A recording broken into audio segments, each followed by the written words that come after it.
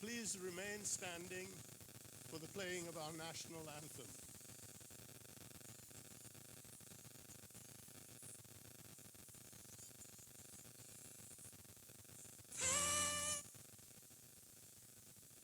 Not it.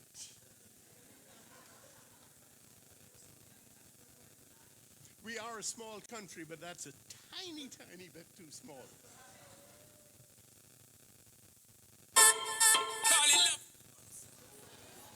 Now that one has potential.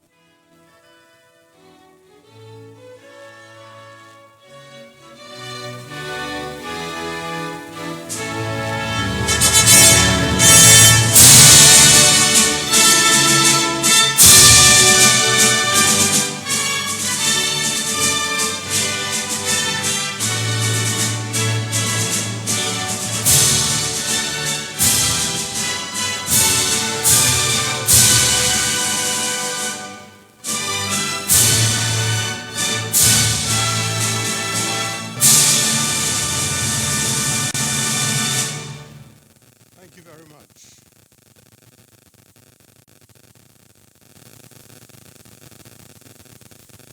My name is Philip Smith, and it is my great pleasure and honor to welcome each of you, all of you, to the 2018 HEALinc Future Health Innovation Summit. Though I know everyone who knows me would love to hear me talk for a long time, I won't. I should like to say that we're honored, Your Excellency, that you have graced our gathering with your presence. Yours has been a life of service to our country, and you have always been a gracious lady, and you have done us greatly proud. Thank you, ma'am.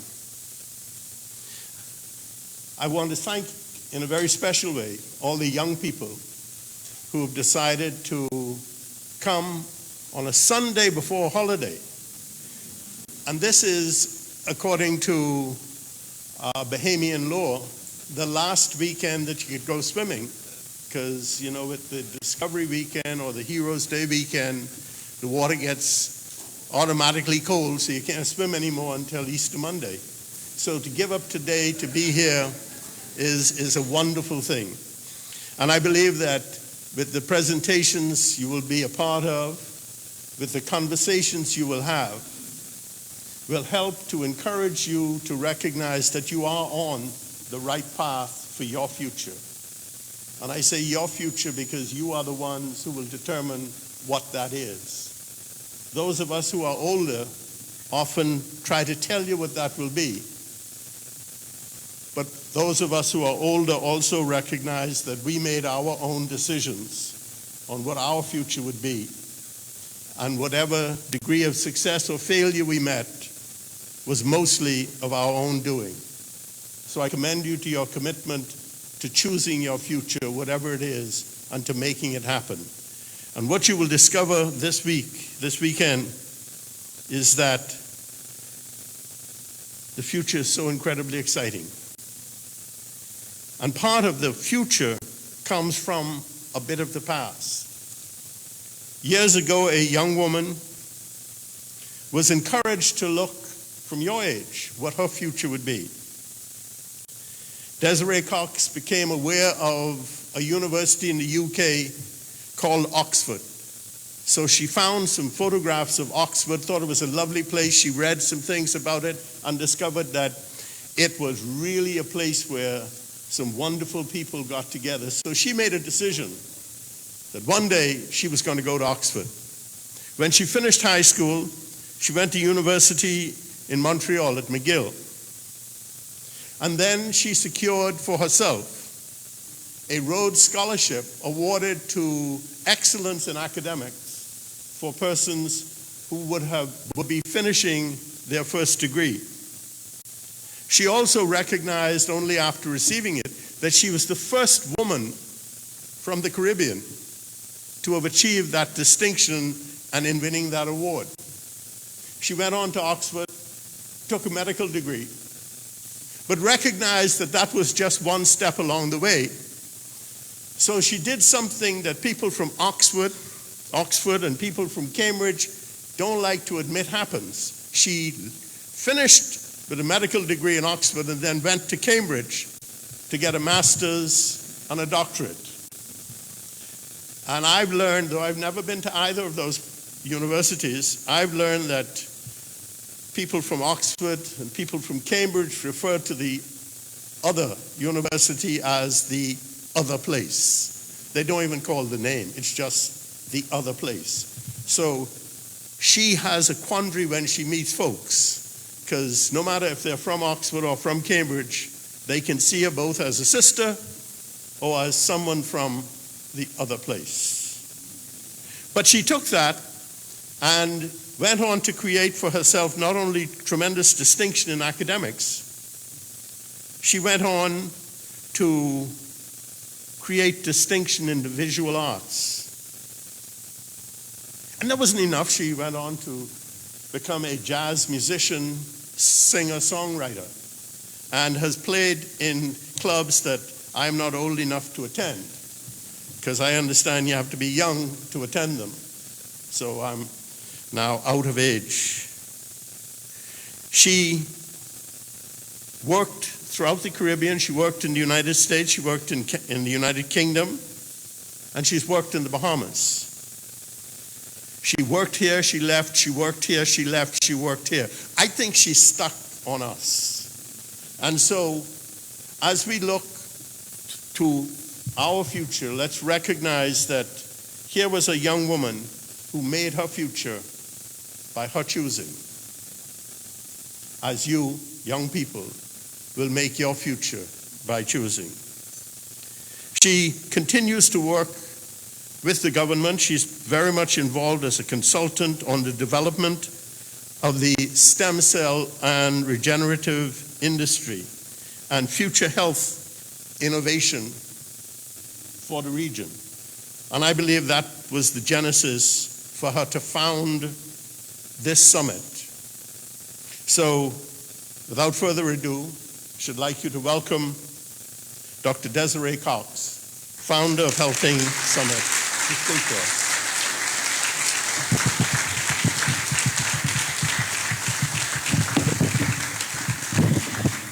Good afternoon. It's so fantastic to see you. Thank you very much, Your Excellency, for being here. Thank you, the Minister of Health.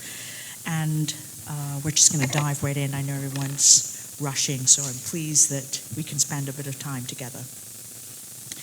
Now, they tell me there's some buttons to press here. There we go.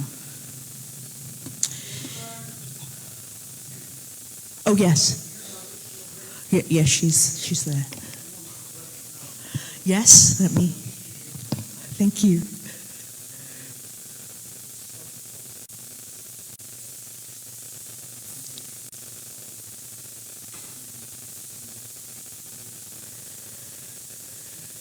Yes. This is my mother. My aim is to look like her when I get to to her age. You know, a lady never discloses her age. My mother has been a significant influencer in my life, and in particular, some of the things that Phil mentioned, the key being education was drummed into me, and that was a key part of our environment at home. So it's been suggested to you that we are at a significant moment in history, and we're looking at tomorrow's health today. And maybe these things work. I'm going to, in order to capture what we're trying to do here and what will happen over these 3 days, I want to focus on 3 key moments in history. The first one,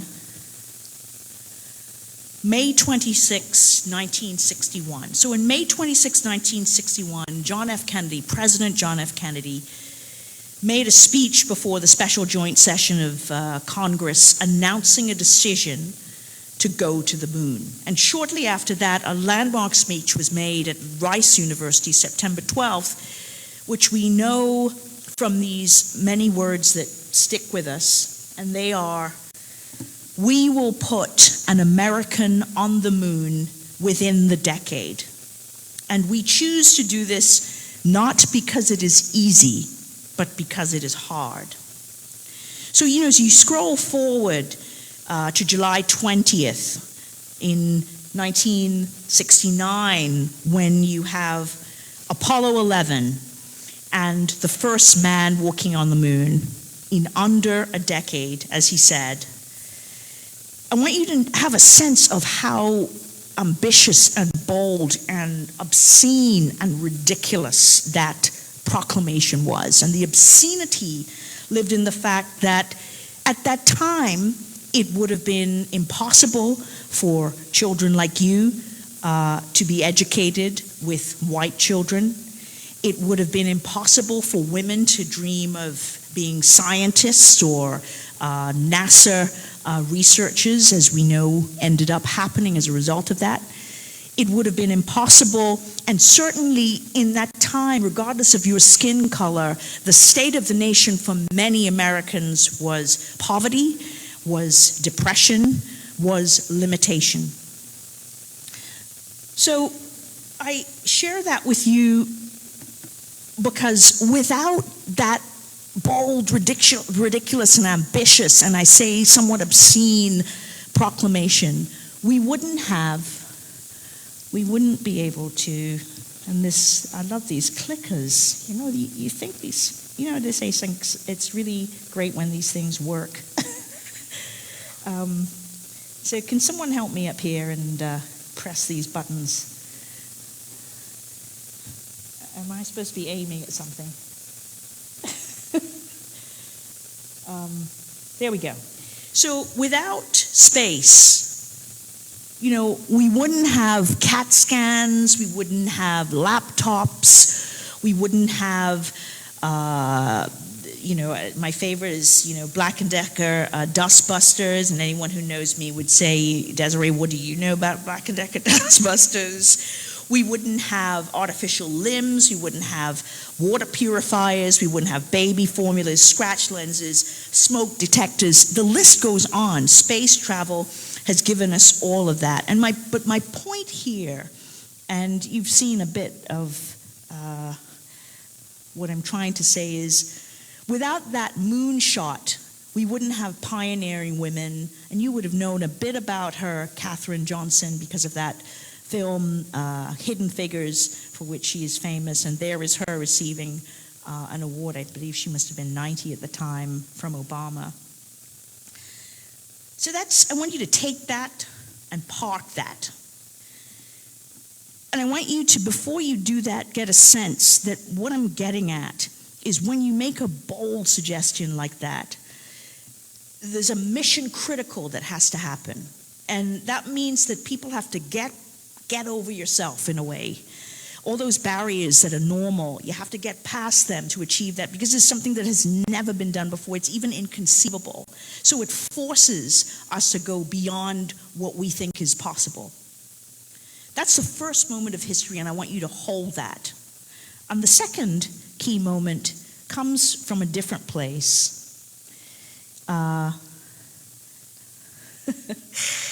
You gotta laugh at this. So this, for me, it comes from a story. And whether this is a folk story is true, I really don't mind, because it's a story I heard some time ago and I've held it with me. The story goes like this. Martin Luther King, who you know from civil rights and racial equality, which was a part of his dream, went to JFK and started to advocate for more racial equality and what could be done to advance that cause. And JFK sat down and told him all of the reasons why that was not possible. All of the reasons, because of the way government is, because of the way people are, because of the reactions. And when he was finished, Martin Luther King got up to leave. And the story goes, JFK said to him, "Where are you going? I've just told you how impossible that is."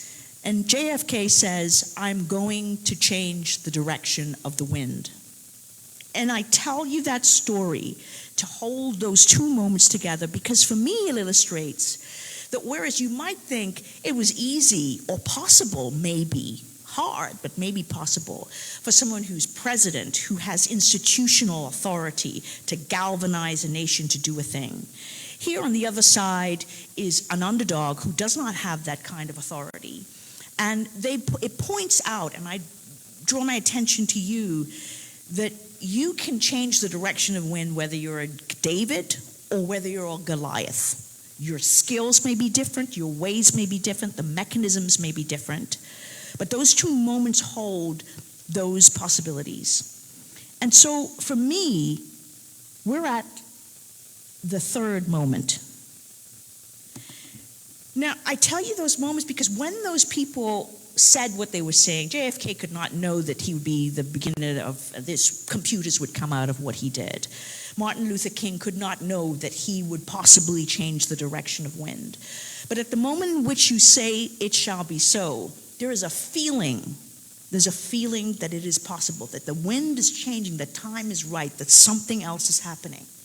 We are at that moment in history. We are absolutely at that moment in history where, for unexpected reasons, in a tiny little country of 400,000 people, we are putting our flag in the ground and we are saying and I put it down to the HEALinc vision, which is that in 10 years, we will reverse the direction of health and healthcare so that prevention is the primary focus.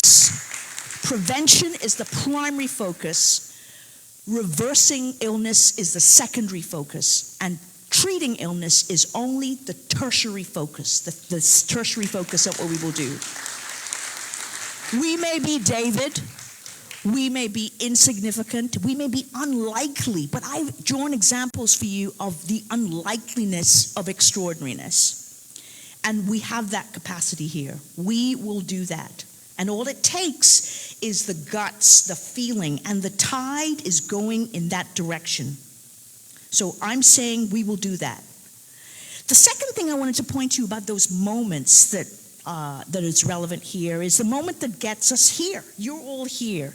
You are beyond my wildest dream for when the dream of this came about. And so let me share with you how we got here. I was not trying to create a moment. I was trying to solve a relatively small problem. I was working in government, as Mr. Smith is saying, still am. And I noticed that there were all sorts of people with great ideas that they'd been trying to get off the ground and had been stuck in bureaucratic mechanisms, and they'd gotten so far they couldn't get the help they wanted.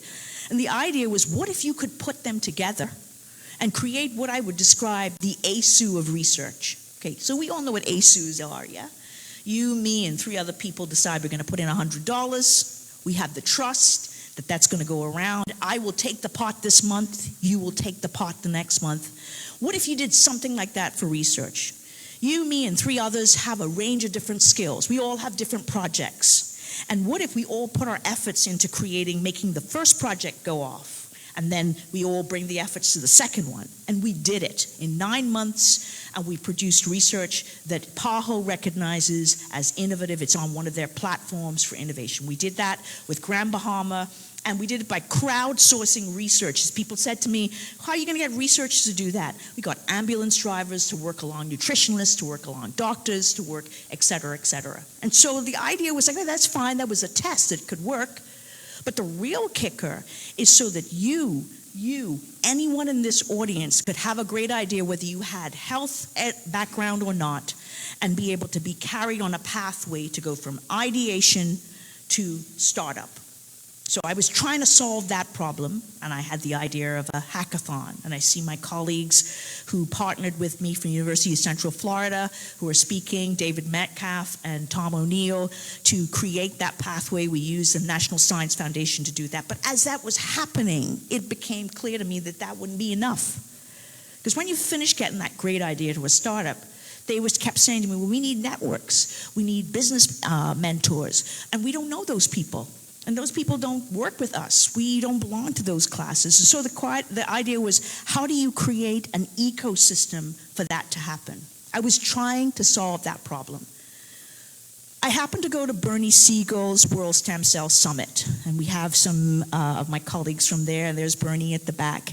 And so this was brewing, and this is around August. This is around January that I went, and February, the idea was, what Bernie's done with the World Stem Cell Summit over 15 years is create a kind of super ecosystem where people come, they know they're going to meet new people. It's like, okay, what could we do something like that that's for this region? I then happened to be invited, grateful to be invited to the Vatican Summit, and I see Robin Smith here, who's one of the founder of the Vatican Summit. So grateful that both of them will be here. And I saw that there I was, little Desiree, at this summit, and there were my heroes, Peter Diamandis and Bob Harari. Some of those names you may not know, but you'll know Deepak Chopra and Tony Robbins and all those guys. And what was striking to me was in that space, there was a humanity there. They weren't the barriers that you would normally think, oh, I don't know if I can talk to them, that these were just human beings engaging. And I thought the idea of this summit started to brew. So I'm trying to solve this problem, and people said to me, they will never come to the Bahamas. I mean, Harvard, I can see, okay? You're going to go to somewhere that's intellectual, and you're going to be creating something. It's got that brand. But the Bahamas we know about for beaches. We don't know about it for innovation. But what I found in that process, that there was something that was unique about our brand. We may be a small country, but we have a brand associated with magic. We have a brand associated with magic because of those beaches, okay? That was one part. The second part that did bring people to come was this vision. We want to live in a world where prevention is the primary focus. We want that. We want to live in a world where reversing illness is possible and is the order of the day, and treatment is only the tertiary. We want that. So if the vision is powerful enough and it's connecting with things people want, we want that. That is the second drawer. And then, for me, the third drawer is the most unlikely one. We happen to live in a world that is so busy that the opportunity to combine family fun and education is very attractive.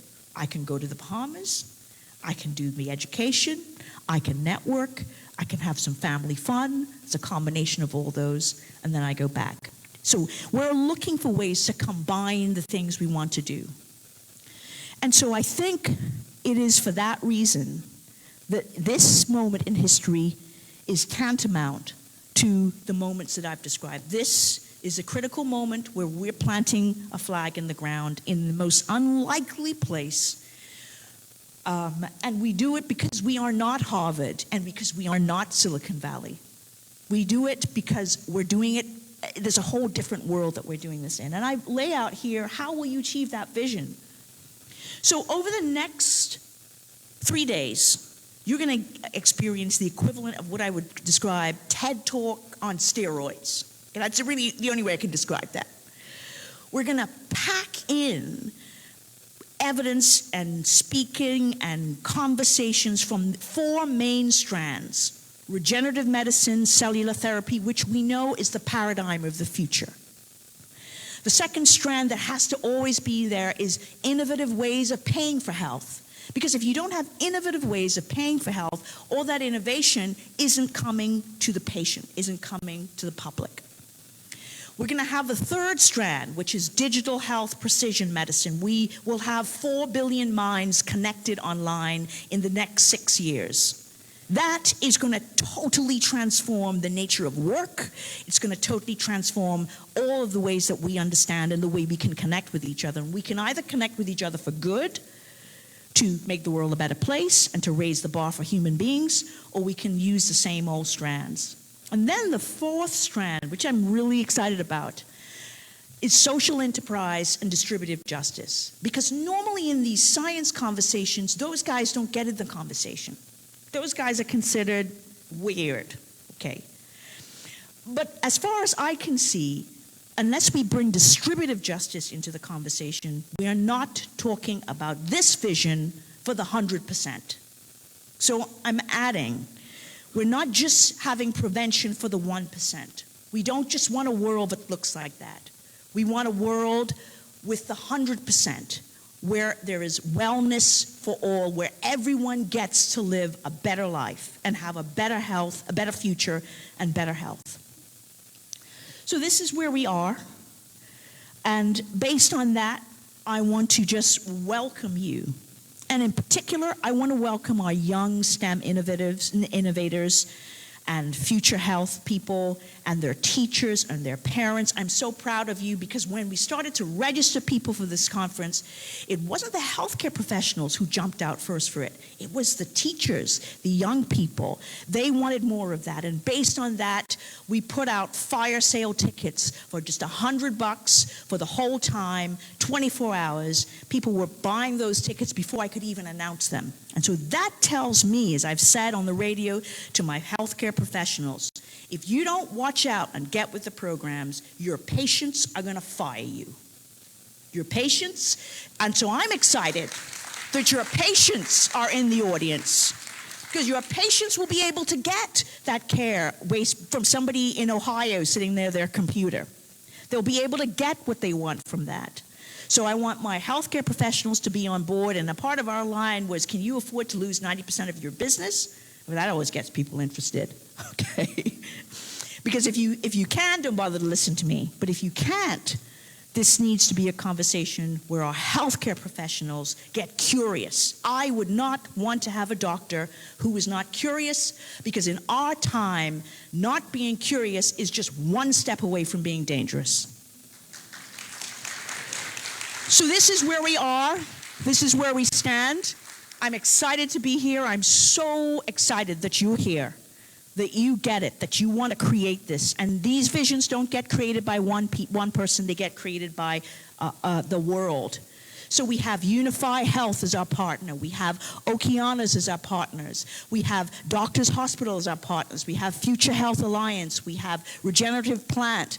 We've got Maxwell Bioscience. We've got PBS. We've got ICOR. We've got Miller Center. We've got partners who are our sponsors working with us. And we also have our speakers who have flown from all over the world to be here to partner with the best of our minds to create something extraordinary. So welcome, and thank you for being here.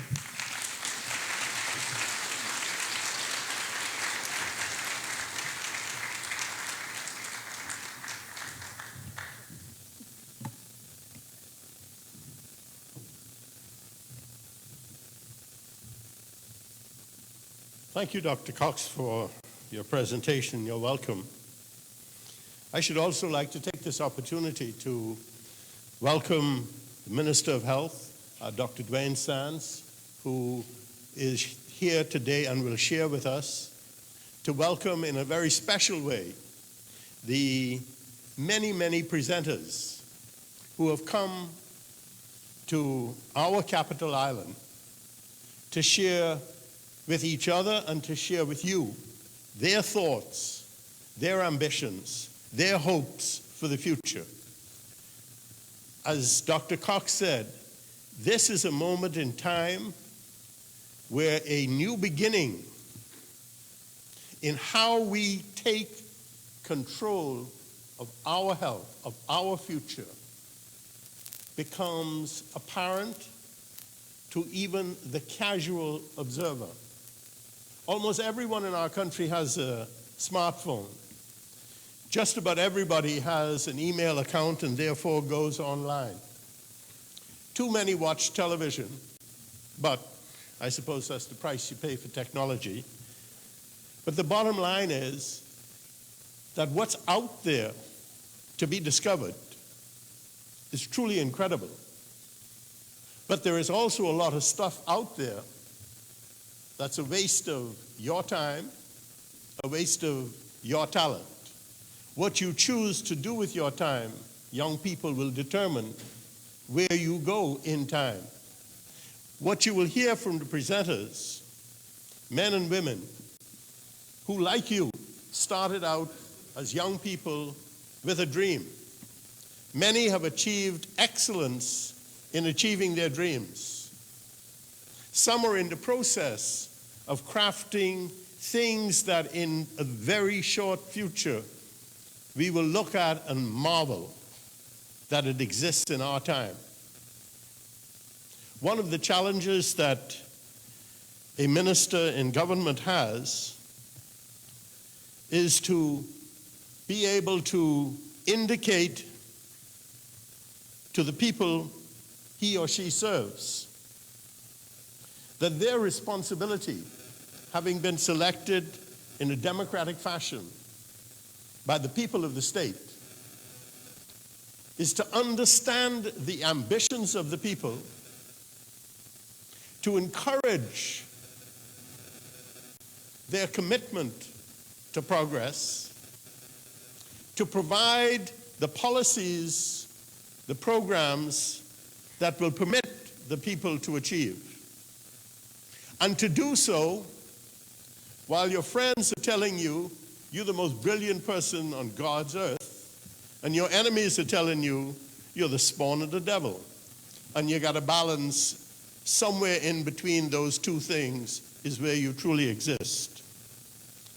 Every person who goes into frontline politics goes in for a reason. And very often that reason is determined by the life they led up to that point, the experiences they had, the challenges they found and met. In our case, our next speaker, the Minister of Health, is a young man who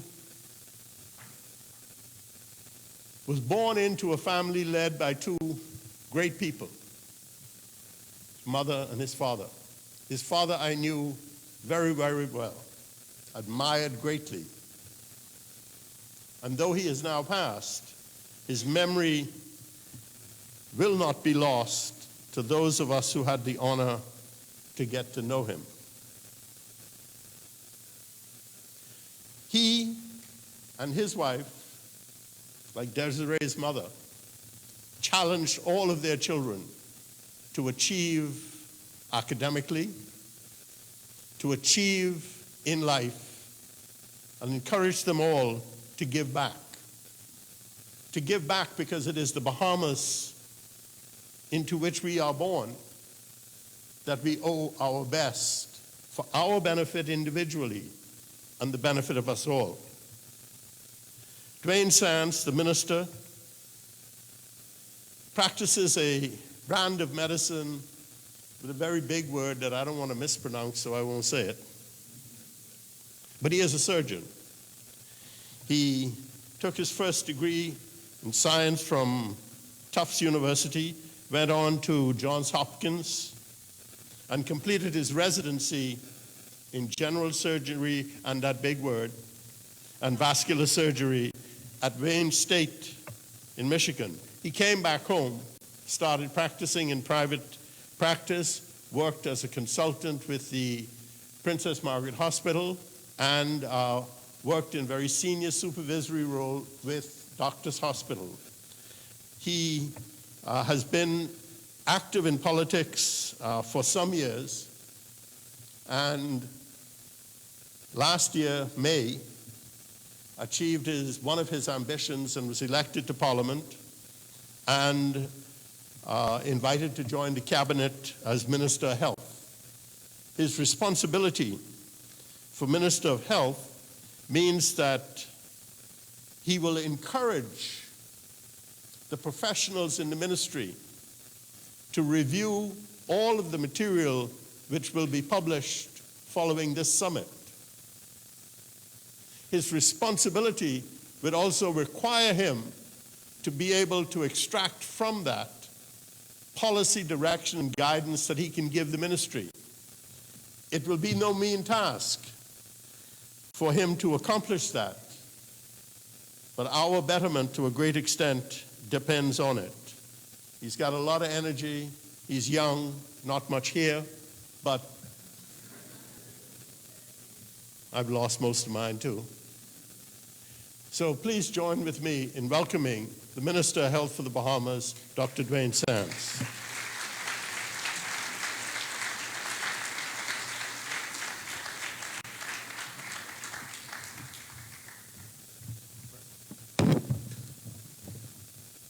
Thank you, Mr. Moderator, for those kind words of introduction.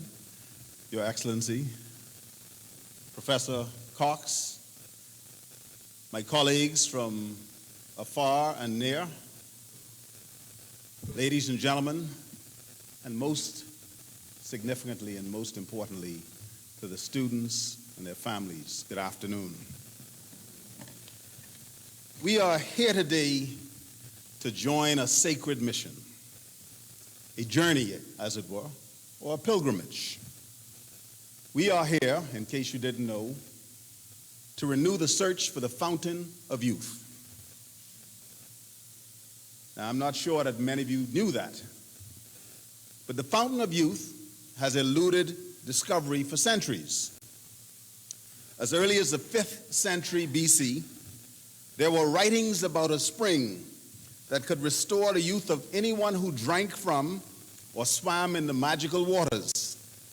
Herodotus, in the 5th century, wrote about an exceptional fountain in the land of the Macrobians that allowed people to live to be 120 years old or more.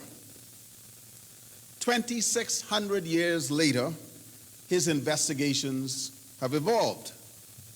Now, we know that this search has been continuous because of the steady but consistent contributions to the medical literature, continued as recorded in the Alexander romance of the 3rd century AD, which chronicled the travels of Alexander the Great as he crossed the land of darkness to find the spring. And the medical reports go on to the stories of Prester John during the Crusades between 1095 and 1291. By the 16th century, early GPS satellite prototypes made of coconut palms and wild berries triangulated the coordinates of the Fountain of Youth. And you know where it was? In a land called Bimini. Juan Ponce de Leon was advised by Native Americans in Florida that the Fountain of Youth was indeed in Bimini. Like Columbus, 20 years before, Ponce de Leon set sail from Puerto Rico and landed in Bimini in search of the Fountain of Youth. Now, there have been false alarms. When the Spanish were exploring the New World, they discovered that the water in northern Eleuthera was especially refreshing. So much so that they named a small island just north of Eleuthera the Spanish Wells. To this day, we don't believe that the Fountain of Youth has been found, because each and every time its location was about to be revealed, celestial forces translocated not only the fountain, but the well and all the magical waters to a new hiding place. But we know, we are absolutely certain that you are in the right place, because the Fountain of Youth is to be found in the Bahamas.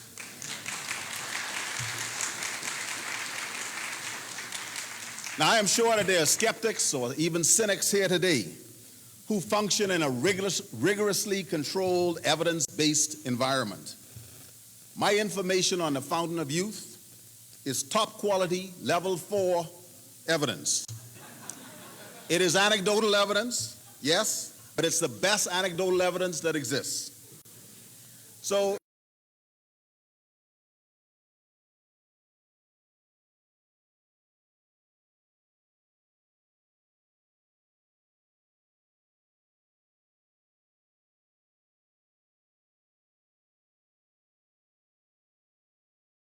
and creative therapies. I would refer you to a blog written by Monique Ellis, and you can find it at www.proclinical.com, that describes one possible listing of the 10 most significant medical advances in history.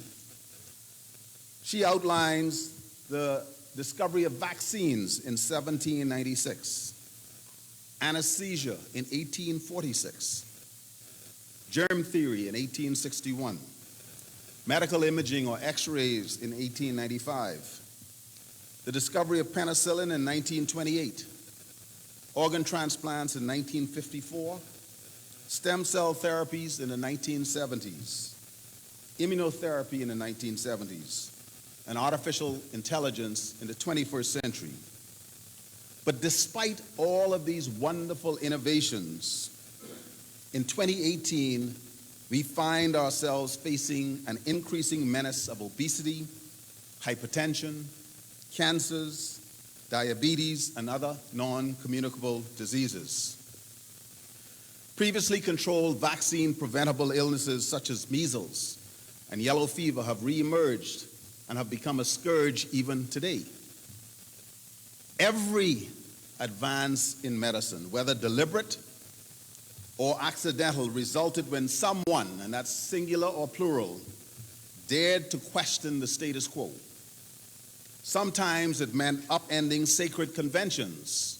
I mentioned conventions such as bloodletting or trephination, when you bore a hole in somebody's head to let out the evil humors. Sometimes it was the introduction of a simple act of hand washing, as proposed by Semmelweis in Vienna, Austria, and Oliver Wendell Holmes in Boston.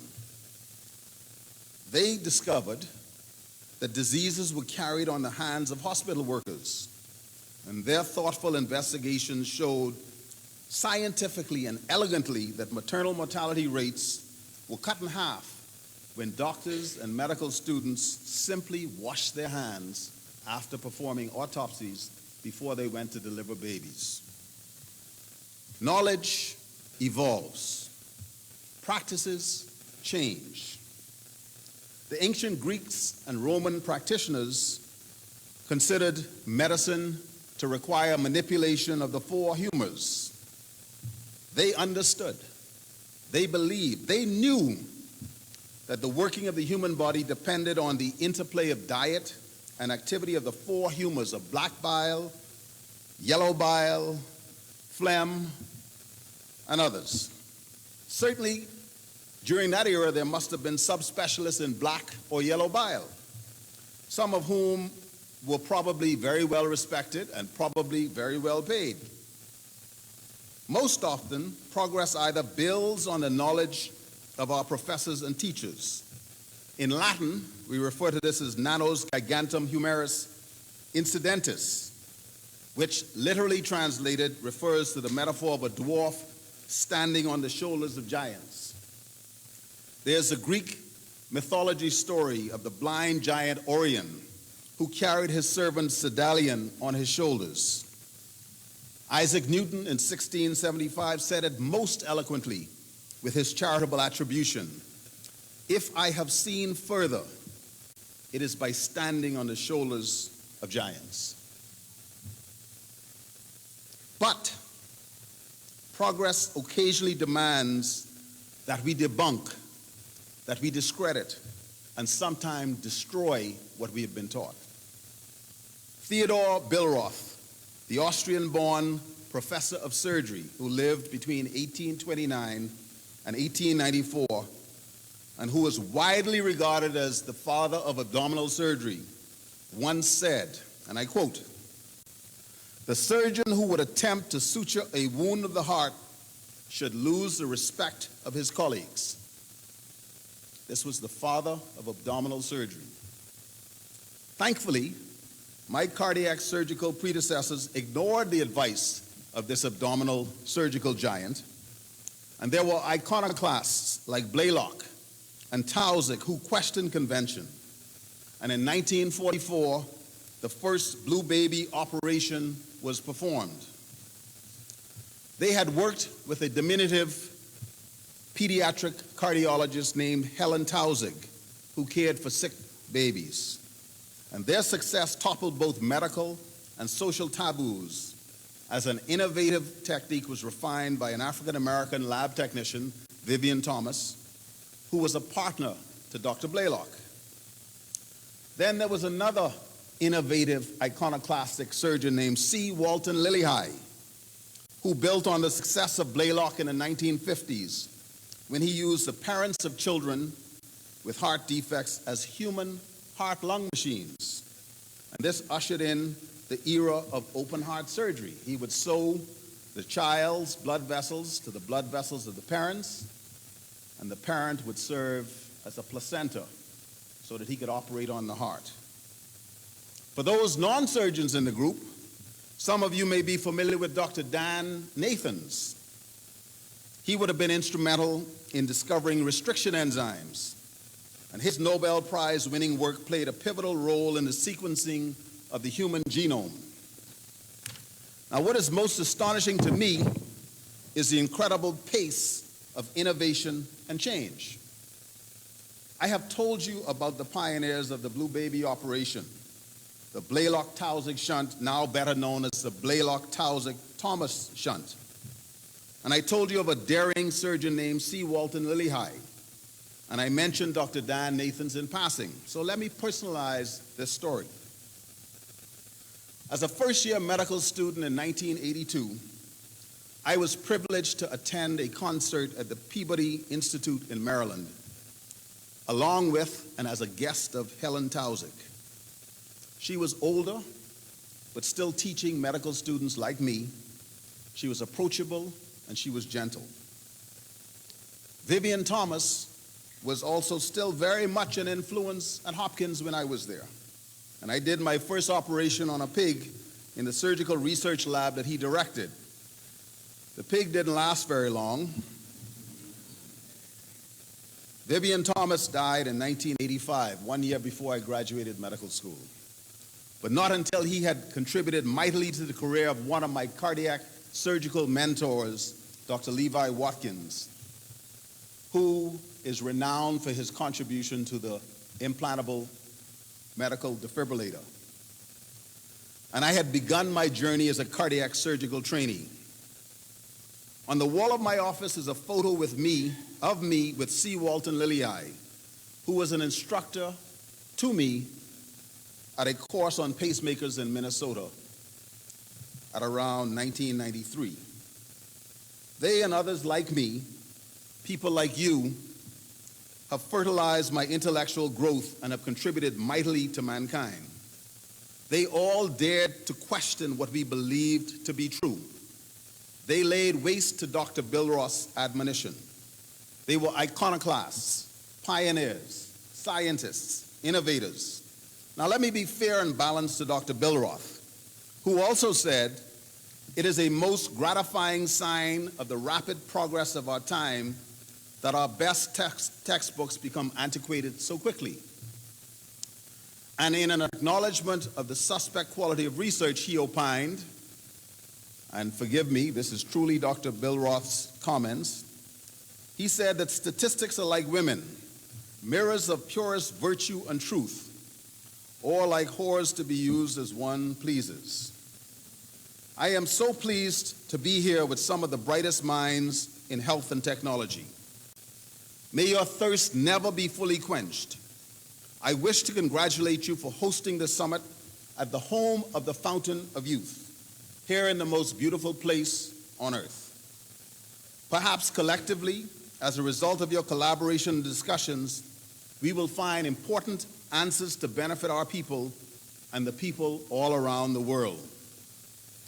I wish you great success, and I particularly want to congratulate Professor Desiree Cox and all the organizers of this event. I welcome you on behalf of the government and the people of the Commonwealth of the Bahamas. And it is now my pleasure to declare the 2018 HEALinc Future Health Innovation Summit officially open. Good afternoon.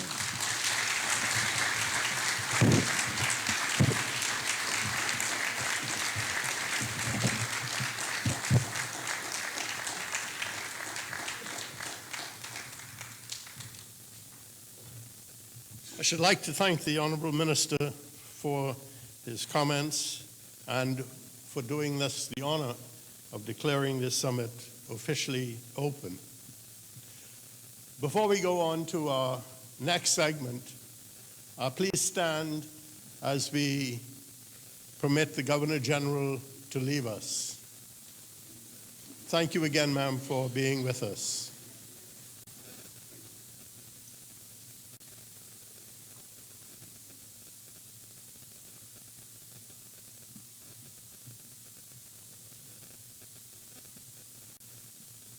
The vagaries of public service, you got many, many demands on your time. So the minister is also required to leave for another engagement, as you will have seen him doing. Thank you very much. Please. I do have one announcement to make as an adjustment to the agenda for today. One of our presenters for the next segment, Mr. Tanmay Bakshi, is visiting Freeport because the flight that he was supposed to connect with to come here didn't operate, so he is going to arrive later this afternoon after we would have finished this segment. Fortunately, because he is young and energetic, very, very young and energetic, he will have other opportunities to present, so you won't miss interacting with him, but sadly you will have to do so today. This next section provides an opportunity for 4 eminent scientists to present concepts, to present theories, to present ideas for consideration. After 4 of them will have presented, there will be an opportunity of some 45 minutes for questions from the floor to them. Those be open to any and everyone in the room.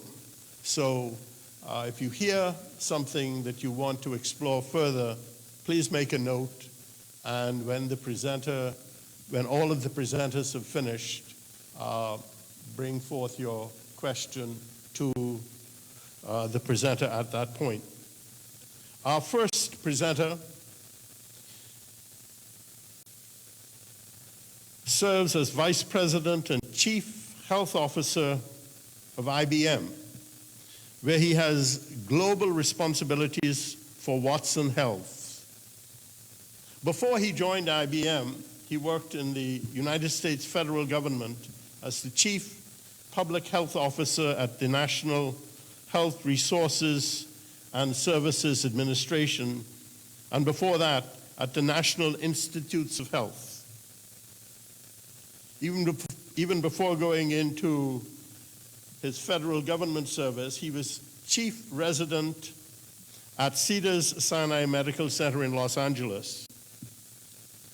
His training was when he secured his medical degree from the University of Southern California. He also holds a master's degree in public policy from the John F. Kennedy School of Government, with a concentration in national health policy. He, prior to this, had attended Yale University, where he took his Bachelor in Science degree in molecular biophysics and biochemistry. They're not as big as that other big word with Dr. Sands. Please join me in welcoming Dr. Ki Rhee to present for us. Dr. Rhee.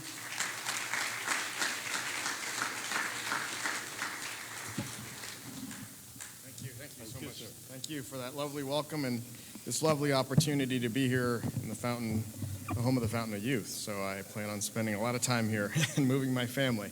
So look, this is an extraordinary time. I love having the students and looking and speaking directly to you about the opportunities that you have in your career, and you are our future. And so hopefully some of what I'll talk to you about will reference a bit of that. I'm trying to introduce this concept of tequity as I think about my career as a primary care physician serving in underserved communities in DC and Baltimore, which, if you see here, is sort of what I was facing coming right out of residency and looking in settings like DC and Baltimore, and having a big data challenge, having the challenge of seeing all this information that was in medical records, and now much of that is digitized, all this information that I had to keep track of, the knowledge, the tests that we have to take to go through the different stages of our education and to know what's in the textbooks or the journals and the studies that come out. And the average doctor only reads maybe about 6 to 10 studies a month, while there are thousands written every week.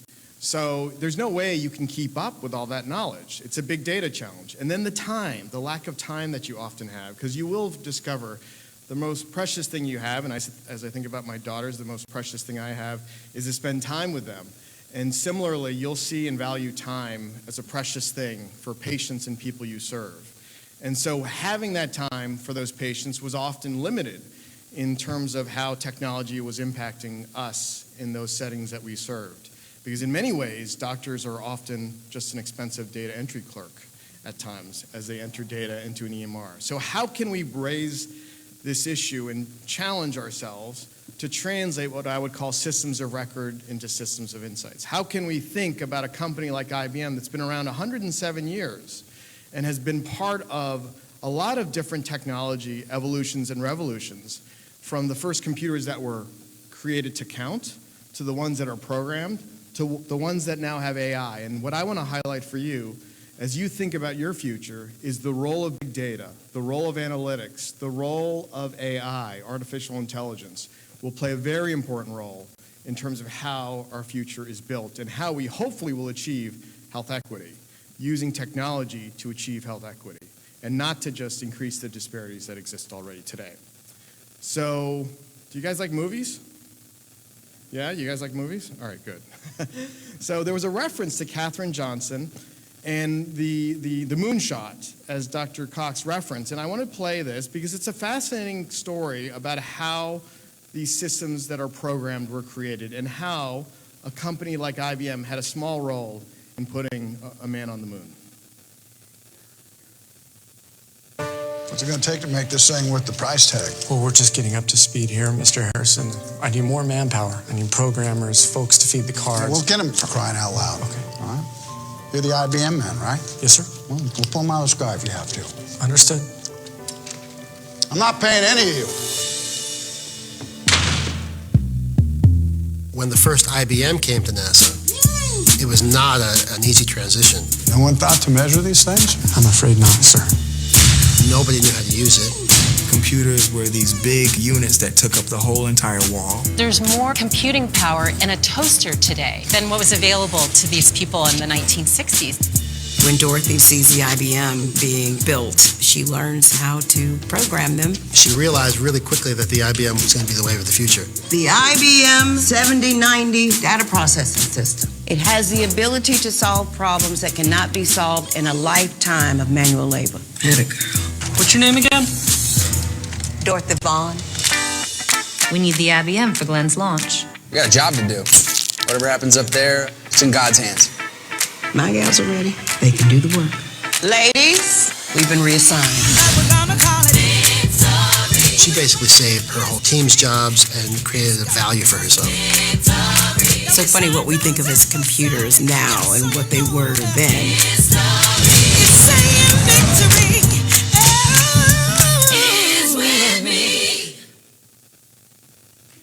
Yeah, isn't that great? It's a great movie. If you haven't seen it, you got to see it.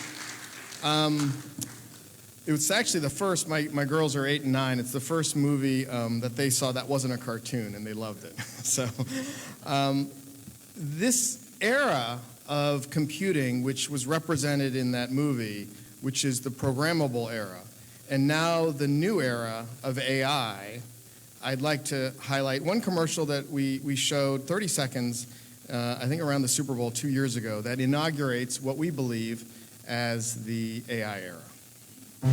Andrea Sycon, medical doctor from Cleveland Clinic. Watson, let's review the electronic medical record of the next patient. No problem. It's a pretty huge file. Done. Sorry for the wait. That was quick. As part of our research, I also compared lab results with notes about prior treatments, then cross-referenced it with thousands of medical journals. And I get the benefit of much more data and a lot more time to plan the best treatments. I stay focused 24/7 and never sleep. You sound like a lot of medical students I know. So going back to that vision that I was highlighting before, that challenge that clinicians or any stakeholder in health and healthcare, could be a policymaker, it could be an employer, it could be a payer and insurer, it could be a pharma manufacturer, it could be a medical device manufacturer. There's this extraordinary amount of data. So while we want to highlight kind of that era of hidden figures, where the programmable era came about, in this era of AI, we have the opportunity to understand hidden data, the data that we can't humanly maintain in our own minds, and have systems that can support us and provide what we call augmented intelligence. So, and also translate those systems of record into systems of insights. All those books, all those textbooks, all those journals you had to read to get through education, to be able to have a tool to keep up to date with that as you evolve in your careers is what we're interested in this era of AI. So we've invested quite a bit in 3 years in looking at health. And I want to emphasize health, not just healthcare, because there's a couple points I'm going to make here that I think are very important for you to recognize. In a country like the Bahamas, countries all across the globe, there are challenges that we have in health and healthcare because we have those who have and those who have not. And how do we achieve health equity where we raise all boats? So our commitment here is we've made $4.5 billion worth of acquisitions. We have 13,000 clients. But the key piece that I want to highlight here is the big data that exists, the variety of data that exists, that typically we've thought of: clinical data, genomic data, electronic medical record data, social data, environmental data, behavioral data. There's a broad range of data that exists, the variety. There's a volume of that data. Each of us is one individual. Each of you in your lifetime will create 300 million books worth of data in your life, representing the choices you make and representing the health issues and concerns that you have. And if we want to get towards primary prevention, preventing disease, not just treating disease, we have to go further upstream. We have to think about how that data is brought together in the right way to better predict, to better personalize, and to prevent those diseases from occurring. We also have to think in terms of the velocity of that data. There's an extraordinary amount of data that's happening. Each of us as individuals typically average one healthcare decision a month, whether it's refilling a drug or, young people, generally it's fewer. Older people, as we have more chronic conditions, more. But the number of health decisions we make every day is in the hundreds to thousands. And are there ways in which we can use the data that exists in mobile phones and wearables and sensors to translate the velocity of that data into real insights? There's the veracity of that data. Some of that data is junk. If you put bad data in, just like if you put bad things in your body or your bad things in your mind, you're not going to have good things that come out of it. Similarly, when you put a system like Watson or AI, if you put in bad data, you won't get good insights. So it's very important that that data is refined and veracity of that data is looked at. And ultimately, it is about value. We live in a society now, and I think about myself and my children and my parents, kind of a caregiving generation, where we've got the challenge of helping care for the elderly and helping care for the young. And so we have to get value out of the things that we invest in, especially in health and healthcare. So as you look at this, do you know what the life expectancy here in the Bahamas was in 1900? What do you guys think? Huh? 45? 80? 70? 29. In 1900. In Latin America and the Bahamas, in 1900, it was 29 years of age. What is it now? It's about 75. We've gained 46 years of life expectancy in 100 years. In some ways, the world has become small because we've been able to achieve a lot of things here that has been achieved in other developed countries. And what I want to highlight to you is only 10% of that is typically related to healthcare. So much of it is on the variety of other data sets. It's about safe roads, safe water, safe food. It's about a lot of other things that go beyond what happens in a doctor's office. So I want to highlight that. I do believe that health is much broader than healthcare. That's why we call it Watson Health. It's about housing. It's about education. It's about access to healthy choices and making the healthiest choice the easiest choice. It's about transportation. You can't have access to those good-paying jobs and those opportunities for your family if you don't have access to a vehicle or transportation to get to those jobs, to get to those communities. And it is about labor and having the upward mobility that we all want in our life and careers. And it is about a holistic view of health. That's not just physical, that's mental, emotional, social, financial, spiritual, and about purpose. If I can give you one piece of advice, just you have to really do what you love in your career. So there are times you have to do what you have to do, but find ways to love what you do. And that's really essential. Do you guys agree? I heard that. Yeah. All right, just a quick framework as you think about it. So in this world now, in technology, there's 5 C's. I talked about the 5 V's of big data. There's the 5 C's of what is happening in technology. The cloud is here to stay. This idea of data being stored somewhere. When you work on your phones and it's stored somewhere, it doesn't have to be stored on your hard drive or your phone only. It's sent up somewhere. So this idea of the cloud, the content, the value of that, every piece of data that we create is valuable. It's a new natural resource. Cognitive, how you apply that AI. Who do you trust with your data? Who do you partner with that data? The collaborations and the care evidence, the science behind it. So as you go through this, we are very committed to having the most secure cloud and also the best content. Now, I'm fascinated with different generations because I think older generations are incredibly worried about safety, security, and privacy, while younger generations in many ways are open to sharing their data for philanthropy. I think data privacy is essential, but this concept that you can donate your data, your 300 million books worth of data that you create, to donate in some way to help others is something that I think we'll have to consider and debate over time. So this is a great piece of technology that we've created that's in 230 hospitals and health organizations across the globe, looking at cancer patients, cancer care. Oncologists have a big challenge. They have to look at all these cancer patients. They might have 15 to 20 minutes. They have to think about what treatment am I going to recommend, what chemotherapy, what radiation, what surgery. They have to think about all those textbooks that they had to keep up to date with, all those clinical journals, all those clinical trials, all those actionable mutations at the point of care. And this tool is about bringing those recommendations at the point of care in that environment where the doctor is talking to that patient, the oncologist, the molecular tumor board, the multidisciplinary tumor board. And it shows with transparency the literature that supports these recommendations. Watson finds those pieces of literature, that knowledge that is all over the place, often on a cloud, PubMed, and is able to look and bring that data right to the point of care. So this is very important. This is an example of what AI can and could do for us in health and healthcare. So these are the 230 hospitals and health organizations. We are very much looking, of course, you got to have it here in the Fountain of Youth home. You got to have something here in the Bahamas and the Caribbean. But this idea of bringing scaling expertise across the globe through technology, through the cloud, scaling expertise that might have been only typically available at a place like New York City at Memorial Sloan Kettering with those oncologists who train this system, and to be able to scale it, to give it access to oncologists in China, in Korea, in the Middle East, in Eastern Europe, in Poland, Slovakia, in Brazil, in Mexico. That is an extraordinary opportunity for technology to scale and democratize access to knowledge and expertise and address those disparities. And it is about basically humans plus AI. This is not either or. This is about the marriage of these two pieces. This is about the fact that the future holds us working together. Humans do what they do best, building those relationships.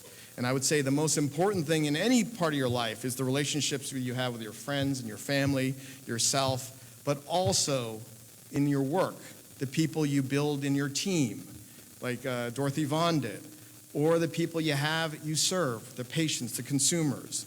And so focus on the things you're best at, building those relationships, showing compassion, thinking about big ideas, and let computers do the things that they do best, finding a piece of knowledge, finding pattern recognition, natural language processing, being 24/7. That is what we need to do here in this new era to address these challenges. And these are all the stakeholders in this new era. And what I like to say, you ever heard this? If you're not at the table, what are you? Probably on the menu. I don't know if that makes sense. I don't know. So no one wants to be on the menu. They want to be at the table. They want to have an influence over what is decided. No one likes it. I'm sure Minister Sands doesn't like it if a decision is made about his budget without him being at the table. He's a policymaker. A provider doesn't like it if they're making decisions without them being engaged. A patient doesn't like having decisions made on their behalf without them being engaged. So these are all the complicated stakeholders. If I were to say one word represents health and healthcare as I look across the globe, it often is fragmented. It's challenging as we think about the 5 V's of big data, the 5 C's of what healthcare organizations are facing. So we have an opportunity to make sure you bring others to the table. That is one of the most hardest things to do. When you know you could have access to knowledge and influence and power and data, and you recognize that there is someone else who should be at that table who is not, and you have the courage and the motivation to recognize that you want to share that expertise, you want to share that power with others, with people who need to be at that table, it's a very important thing to consider. So these are all those stakeholders. So we think about those. The last piece here is the evidence that exists. You have to build science. In anything you do, it is about advancing knowledge. It is about learning and relearning and making mistakes. And so what we do in research, this is the future of AI, the ability to use AI to listen and detect depression, detect dementia, the ability to use AI to bring a variety of data sets. I love this. As a pediatrician, I love the fact that I could go to what's known as a women, infants, and children clinic. So I'd bring a pregnant mother over to the clinic and be all excited to have her learn about breastfeeding and learn about all the services that were provided to these low-income women who were typically on Medicaid or uninsured, and then talk to them about what services were available. But the challenge in policy is you didn't know if that worked. Did it really improve health outcomes? So in this data set, we looked at 2 data sets, brought them together, and showed that WIC participation in California actually reduced low birth weight babies, preterm babies, perinatal death. This is so important for policymakers to get those actionable insights. In addition, you can apply machine learning. I had a number of cases where we provided prison health in the DC area, where we had people who were incarcerated, and then we were put back into the community. And we provided the health care for them in the outpatient setting. Many of those issues ranged in chronic diseases or substance abuse issues or mental health issues.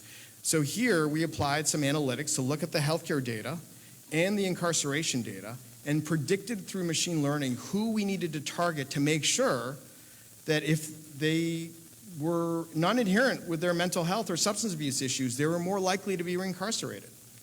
I mean, this idea of applying technology to predict better, to personalize better. This idea of in this Me Too movement, doctors are busy. They have a tough time looking at all the data, all the knowledge in an EMR. They can't keep up to date. There's social workers. There are a broad range of stakeholders who write in those notes. But in this idea that domestic violence is often not detected at an early stage. It's not even asked about intimate partner violence. And how could you mine medical records and find pieces of knowledge and information that could be relevant to help a clinician make them more self-aware about gaps in areas where they might not be addressing the important issues that are often forgotten. The last piece in terms of technology here, and I went to China, and this was amazing, to go to China and to go all across the globe. One of the great honors that I have, although it's exhausting and one of the things I miss the most is my kids. I travel an extraordinary amount for IBM across the globe. Went to China and Shanghai Hospital, went in there and saw this hospital, which was extraordinary. And they had this queue of cancer patients with their caregivers. No air conditioning in this room of 20 to 30 oncologists. And they had the Watson AI system there on this computer in a small screen. And then the patients brought in, and the Chinese oncologist spoke to the patient and the caregiver and asked them questions. They had those 10 to 15 minutes. And the AI system was there. Just put in the case and part of the team. I see a future where these AI systems will be part of the team.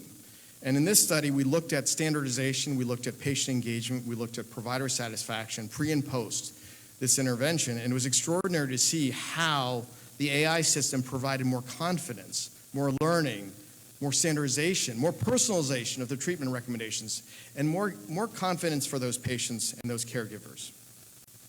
This is another one we looked at AI finding 1 in 3 things that weren't found by a group of oncologists, the 32%, in terms of actionable mutations with next-generation genomic sequencing, which is the future of precision medicine and cancer care. And this is, with Mayo Clinic, we were able to increase the enrollment for clinical trials, double it. This is important, data. You're going to find, whether it's your mom or your dad or your teachers, they want to see the data that you've been successful, you've been able to succeed and be able to progress. Data and evidence in science is incredibly important to demonstrate proof that the contributions you're making are making an impact. This is another piece of data in terms of reducing hypoglycemia, low blood sugars, and high blood sugars with Medtronic. So this is the last slide here. This future of AI is going to have 3 principles that we've highlighted, and this is going to be a debate that all of you have to be a part of. We all have to be at the table in terms of how this AI era evolves and is created. The purpose of this system, we believe, is not to replace humans. It is to help them. It's to support them and help them do what they do best and help computers do what they do best. So it is not about replacing the humans that are so essential to so many components of things like healthcare. It is about trust. In order for a human to use AI, there needs to be transparency in how that AI system is used. You have to know how it was trained. You have to know the biases that exist in the data. You have to know the veracity of that data, the velocity of that data, the volume of that data. You have to see all that because it has to be a glass box, not a black box. And if people are coming to you saying they're using AI and they're being very private about it and black box about it, I'd be very curious of how are you going to trust that AI system? And then there will be future skills. You will be expected to live in this new era, just like Dorothy Vaughan had to live in a new era to help her team get to the moon, helping John Glenn get to the moon. There is an extraordinary opportunity that you have to learn these skills now, early in your career, to understand the importance of data science, to understand big data, to understand analytics, to understand AI, because it is going to be the future. And data scientists will be part of the health and healthcare team as they already are. So our mission is to address those world's most pressing challenges. It is to provide those insights, translate those systems of records into systems of insights, and let's partner together to invent that future. Nice to talk to you. All right, thank you.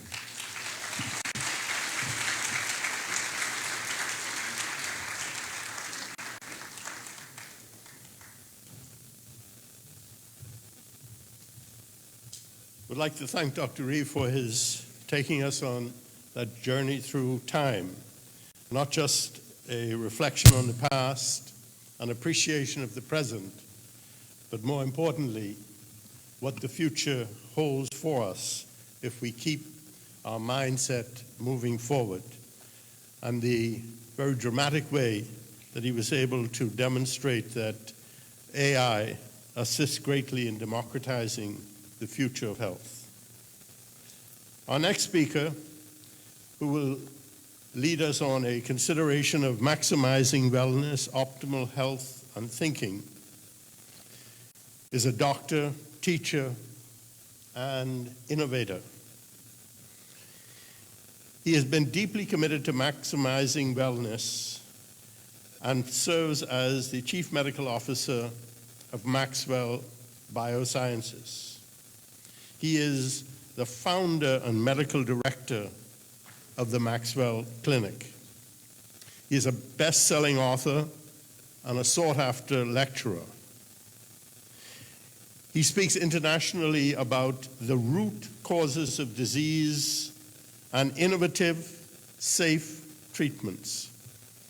He holds faculty positions at the Institute for Functional Medicine and Shanghai Zhongtang University.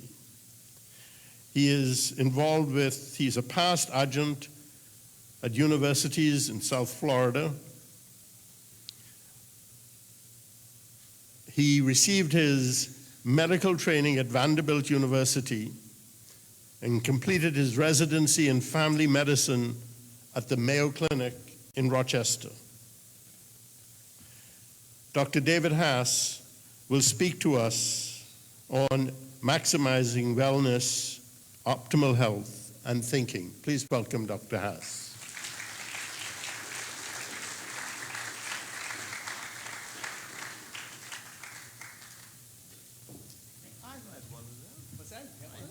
Oh, that's wonderful. Excellent. Excellent. So, it is wonderful to be with you. I love the Bahamian people, and I love the Bahamas. And it's really great.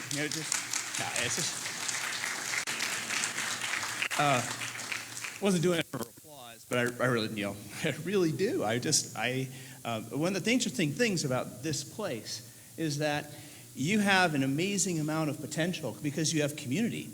Community can either be your greatest asset or it can be one of the things that holds you back. And one of the things, because I grew up in a small town in South Dakota, I milked dairy cows in my early life, and I knew everybody that was in my town, right? Do you guys know everybody kind of close by, right? Right?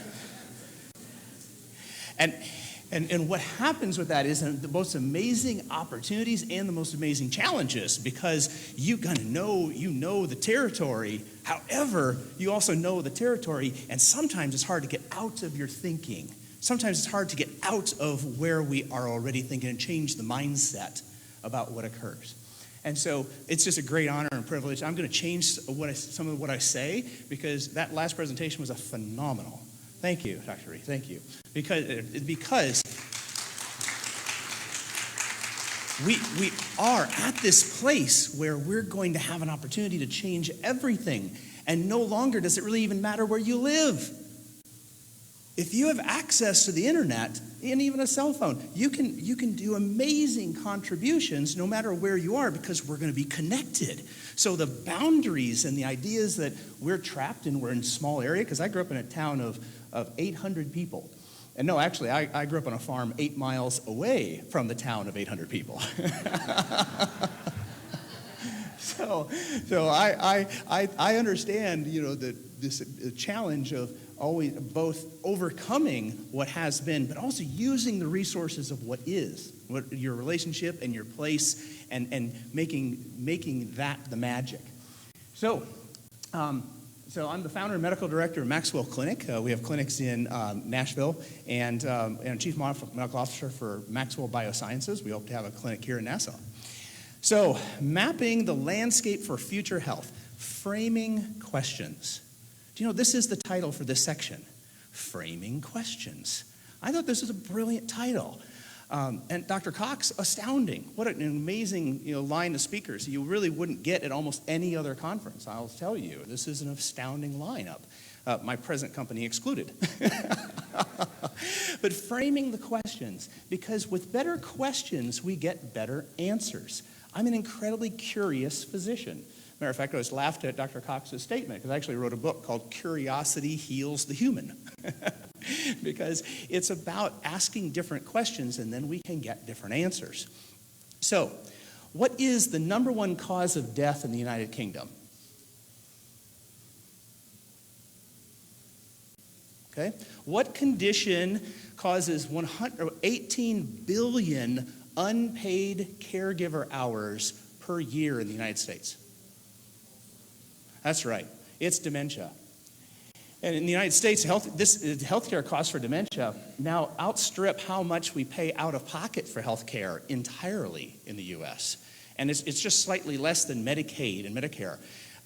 And what's happening with the trajectory of this over the course of the world? This is UK data, and women, for over every 100,000 females, this is what they have died from. Do you notice most all of those lines are going down? Which is going up? The green one. That's dementia. That's Alzheimer's. This is an existential crisis for every developed nation like the Bahamas. mean, every nation that has conquered the life expectancy, no longer having a life expectancy of 29 years of age, but instead, getting to 75, now the challenge is how do you keep a brain that's healthy and vibrant for that amount of time? And because when that brain starts to go down, it becomes a burden and a drag on the entire system. People have to leave their jobs to be caretakers, individuals, and we lose wisdom. Is there a more precious resource than wisdom? And when we lose the wisdom of our elders, that's where we falter. And so caring and addressing this as a fundamental cause is an imperative financially and spiritually. So you shall advance. There we go. Just have to talk to these things, right? So what have we done to address this? Over 250 drugs have failed in a row to address the Alzheimer's epidemic.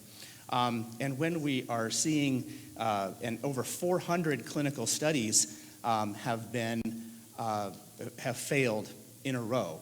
So when we're looking at this issue and a single drug therapy, and we're beset with a big problem and no solutions that have come forth, the way we see the problem is usually the problem. Have you ever had one of those issues, right? An argument or just, something's just going on because you're not looking at it in fresh eyes. So I invite you to take a fresh look at the problem of dementia as we talk about maximizing wellness, because it's really at the opposite end of the spectrum, the frailty of the mind and the body.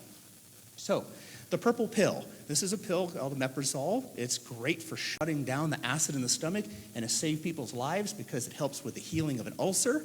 However, now if you use this long term, it blocks B12 absorption, changes the microbiome, the kind of bacteria that live in your guts, increases the amount of community-acquired pneumonia, increases liver deaths to liver disease, kidney disease, dementia, and all-cause mortality. Now, why is that? Why is that? This is not an evil pill. It's just you want to use the right tool for the right job. And you recognize that our medical system has really been built around this idea of war. Let's fight disease. Let's use an anti-this, a blocker that, an inhibitor there. Those are the names of our drugs. They're meant to constrain and hold things back. On the other hand, how could we think about this differently? And instead of a purple pill, I want to introduce you to this, my friend. This is a tensegrity structure. Ever seen one? Oh, you need to get one because they're fun. Whee! So what is a tensegrity structure? This is Buckminster Fuller came up with this idea of tensegrity. It's made of components that are stiff and hard, and then components that are resilient and attach this. This is the simplest system I could show you. I could stand up in front of you and show you a system because it's very evident that the dowels, the dowel rods and rubber bands, if they were apart from each other, when you put them together in a certain way, the whole becomes greater than the sum of its parts, right? And every part is connected to everything else. So if I push down on here, the whole system adapts. And this is a good model for what reality is or what life is. We have economic systems, we have healthcare systems, we have political systems, but our body are systems, of biology, of structure, of anatomy, and they are resilient. The more connected we are, like communities, the more resilient our system is. But if you take like a purple pill and you instead say, oh, you know what, we're gonna stop that function. That function shouldn't exist. Because we're just going to make it not work. This system becomes less resilient. It can't, the systems are designed to be robust and flexible and dynamic.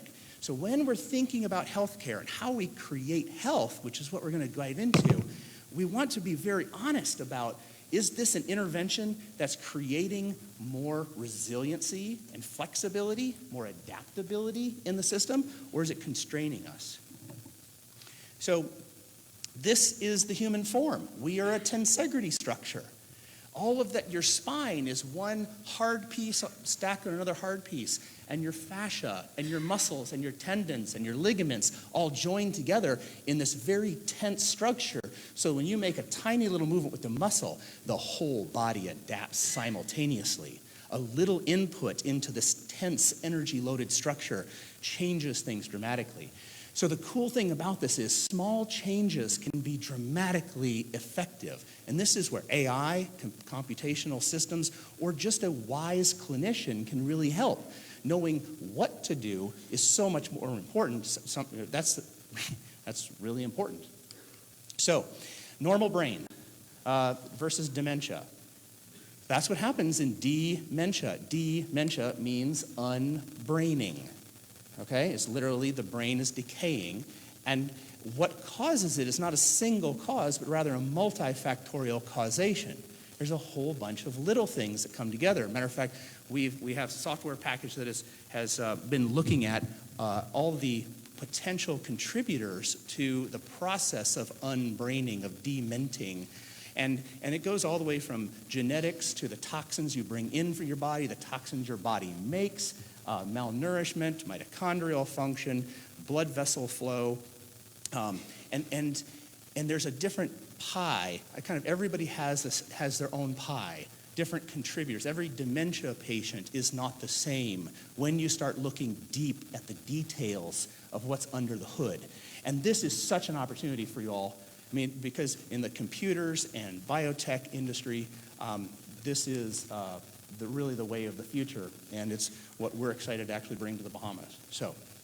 So questions. What is health? We're at a health conference. What is health? Have you ever answered that for yourself? And if you don't, so first of all, you need to start with the definition of what is health, and then you have to say, well, if you don't, once you decide what it is, how do you make it? Because I think that's what we'd like to have more of. Is that fair? Okay, good. And so I'd look at health on a continuum. We all live on a continuum of health. And we start with maximum wellness. This is your optimal state of body, mind, and spirit that best helps you fulfill your purpose and pursue your dreams and enjoy the process. Okay? This is maximum wellness. Anything less than that, once things start the next step after maximum wellness is you start having silent dysfunction. And then pretty soon you have symptomatic dysfunction. This is where you start having a sore knee, or you get a cold, or there's something you know that your body was wrong. Silent, you need a trained observer or an individual or advanced testing to be able to see under the hood. Then we get from dysfunction to degeneration, from there to disability, and finally on to death. Can we agree that this is kind of a reasonable way to look at these things? And I've used this model in my practice for 20 years. And I have a deep passion for this idea of creating health. When I was at the Mayo Clinic 20 years ago, and this idea came to me that we need to not just treat disease, not just use the tools of the soldier to shut down disease and constrain it, because those are good tools. We're glad we have them. But we also need to use the tools of the farmer. We need to create and nurture and grow health from the inside out. Because when we're facing something as big and bad as dementia, you can't wait until the problem has occurred, and you can't address it in a simplistic fashion. Now, we all live on a health curve. Now, so you can put a timeline on the bottom regarding years. We would all like to have a curve that stays high in maximum wellness for a long time and then drops off. I had a patient of mine. I asked him, sir, we're going to start working together. What would you like to achieve by working together? And he said, I'd like to die at the age of 100 at the hands of a jealous husband. so that would look something like this. Whee! Thump, right? and so, but unfortunately, way too many individuals have a different curve. And they have this slow slide into symptomatic dysfunction, degeneration, disability, and finally an untimely death or a long, prolonged death. And we understand this, and Aubrey DeGray will be joining us. He is really the founder of longevity medicine. He is he's been talking about reversing disease and extending lifespan longer than anybody. And we're at Maxwell Biosciences, we were glad to sponsor him to come to this conference because we think his voice is really important, and to get to hear him is a riot. And his version of aging, his definition, is accumulated damage. Every day every day things get a little bit broken, and then your body heals. So if you heal as much as you are broken, you don't age. But what if you break down just a little bit more than you heal every day? That's essentially what we call aging. It's not getting older, but it's breaking down. Does that make sense? I'm not really talking about birthdays, I'm talking about function. Now, what could we do if you find a place on this curve and you're going like, ooh, man, I'm starting to get some symptoms. How do we do this? How do we recover that health to a point of getting towards maximum wellness and then surviving? And this is this process of maximizing wellness. And so as we dive into this, we have to ask, what creates health? What maximizes wellness? So what creates health? What maximizes wellness? And in order to do this, we need a philosophy. So I told you I'm a farm boy, so I'm a very simple guy. And this idea is do what is wise and works. Now, does that sound revolutionary? No, not really. Pretty unimpressive, really. But we do this every day in every aspect of our life. But when we're thinking about healthcare, we tend to do what we've always done rather than to do what is wise and works. What is what? So do what? Doing what means do everything that is necessary to make the shift. Do what is wise are those things that are least likely to do harm. Start with the simple things, the foundational process first. And then do what works. Outcomes are all that matter. Results are all that matter, not some philosophy or some idea. This needs to be tracked, and so do what is wise and works. So I'm going to give you my way of thinking about healthcare. And I want you to ask yourself this. How do you create health? The first step is what you're doing here today. You imagine. So you have to really believe that there is another option. There is another opportunity to make a difference. If we approach dementia in a way where we believe there's no hope for the process moving forward, are we ever going to get anywhere? We have to imagine. So first of all, imagine.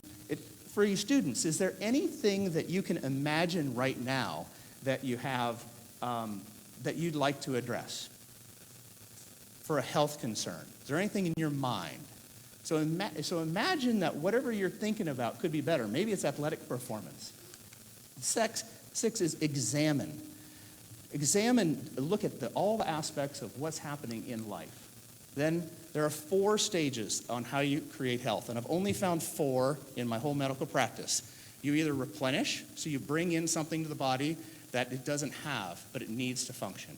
You remove, that means you take away something that is inhibiting the body. You retrain the system, so we're going to talk about neurofeedback, we're going to talk about reprogramming stem cells, or you reboot. You do a massive intervention to change how the system works. And this is the fundamental thoughts on how we create health. Now, I'm not going to bore you with this whole slide, okay? But this is regenerative systems medicine. Why did I show you this tensegrity structure?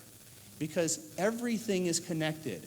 The water supply, your exercise, your relationships, everything is connected. And finding what is the best possible way that we can shift health is going to be the job of systems and analysis. Sometimes it's sitting to that wise person who can take you right down to the right intervention that you need. But that wise person is only wise about a few things. So they're going to take you down their path of the things that they already know. But there's a whole world of information and ideas that is possible for them to engage. So we have a system that aggregates data analysis and gives action steps for dementia. And this is called Maxwell Brain. And like the previous speaker talking about, we take inputs from medical history, symptoms, neurologic examinations, lab tests, lifestyle, medications, genomics, gut microbiome, quantitative EEG, imaging, because we're trying to quantify very clearly what is the subtype, what's the unique flavor of dementia that that person has. Because if we don't make a good diagnosis, and we have to change the idea from diagnosis to just some code and name we give things, because diagnosis actually means to know through and through. And I see that our diagnostics are going to be improving. Our early results with our patients in using a very simple form of this platform already saw improvements in working memory and composite memory, increasing their 15 percentile in a group of participants. And so as we utilize that tool, we recognize that we can have to view the body in multiple different directions. We have to look at the structural system, so like a functional MRI. A metabolic system, this is the metabolomics. We can measure about 1,300 molecules at one time to see what is going on inside the blood and plasma. Neurocognitive testing, quantitative EEG, and genomics, and recognize that they're all tied together as a tensegrity. Every piece affects everything else. There's no place that I can push on this little model where it's not going to change everything. And so the goal is to find how do we poke on the right things at the right time. And if the problem is so severe, how can we intervene with the system at large in a better way? So here's a couple of examples. There's a metabolic profile I did on a patient of mine. She had spent many years with terrible depression, hospitalized in a psychiatric institution several times. My pardon, sorry about that. And we had worked, she'd been through on virtually every medication that you could imagine, SSRIs, mood stabilizers. And once we did a metabolomic profile, we realized she had a unique pattern where she wasn't able to make a certain fatty acid in her body. And we put her on an exceedingly high dose of fish oil, believe it or not, and a dose way above I'd tell anybody else to take. And she literally came back 3 weeks later and she said, "I'm better." She said, "For 15 years I've had massive depression and I'm better." And she has stayed better for the last year. And it was literally, and I'll tell you, I've tried it on many other people since then. It doesn't work on everybody, right? So this idea that there's one pill for one ill is not really the case, but it's instead what is going to help that particular person at that particular time. So we were replenished and happy and non-suicidal. Oh yeah, she told me she'd been lying to me for those last couple of years because she said she realized she woke up every day suicidal and just talked herself out of it, but she was so used to it that she didn't even think it was important to report. So there's another patient of mine came in, severe head injury, and we utilized the same pathway. So these are quantitative EEG brain maps. We put a cap on the head, measure the EEG, which are your brain waves, and then we use a computer, analyze them, and put them against an FDA normative database of average normal brains. And you can see green is average normal. Anytime you see blue, there's less of the brain wave in that part of the brain, and red, there's more. On the bottom of the page, those are really high-frequency brain waves. On the top, it's low-frequency brain waves. And so this individual had been in a motor vehicle accident 20 years before. He went from being a high school coach, beloved, great husband, father, to be having about the behavior of a 10-year-old. He was a very irritable 10-year-old at that. And it was, mean and difficult, couldn't handle anything but a rotary phone. So he had no idea even how to use a push-button phone, much less kind of program his computer. He really had no relationship with his wife or his daughter. We used a connectomics platform. So when we're measuring this is the electrical activity in different parts of the brain. And we recognized that he had the markers of this head injury. We used a retrain. Remember I talked about you replenish, you remove. The retraining is teaching the body to do something it's forgotten. So we put that cap back on his head and through a process called neurofeedback, taught his brain what it was like to be normal again. And very interestingly enough, he had nearly an 85% recovery. That was 20 years after his head injury. So you have to first imagine that something can be different. You can't give up.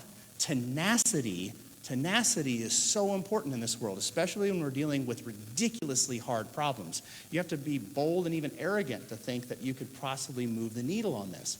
But the brain is designed to heal like every other part of the body is designed to heal. And finding the right thing for that particular person. And again, would this work on everybody with a head injury? I doubt it. But it was really remarkable for him.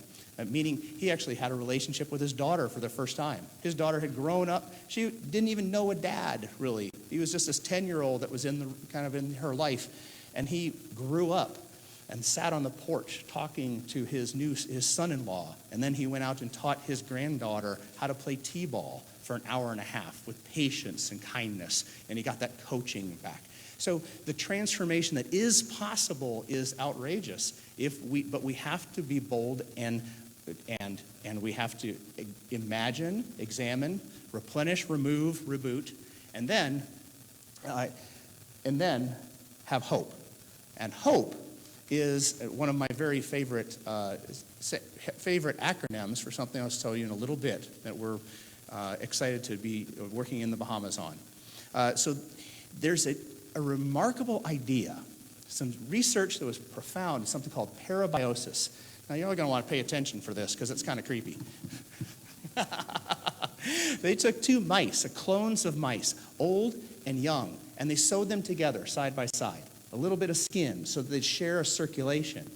And within about 7 days, a remarkable thing happened.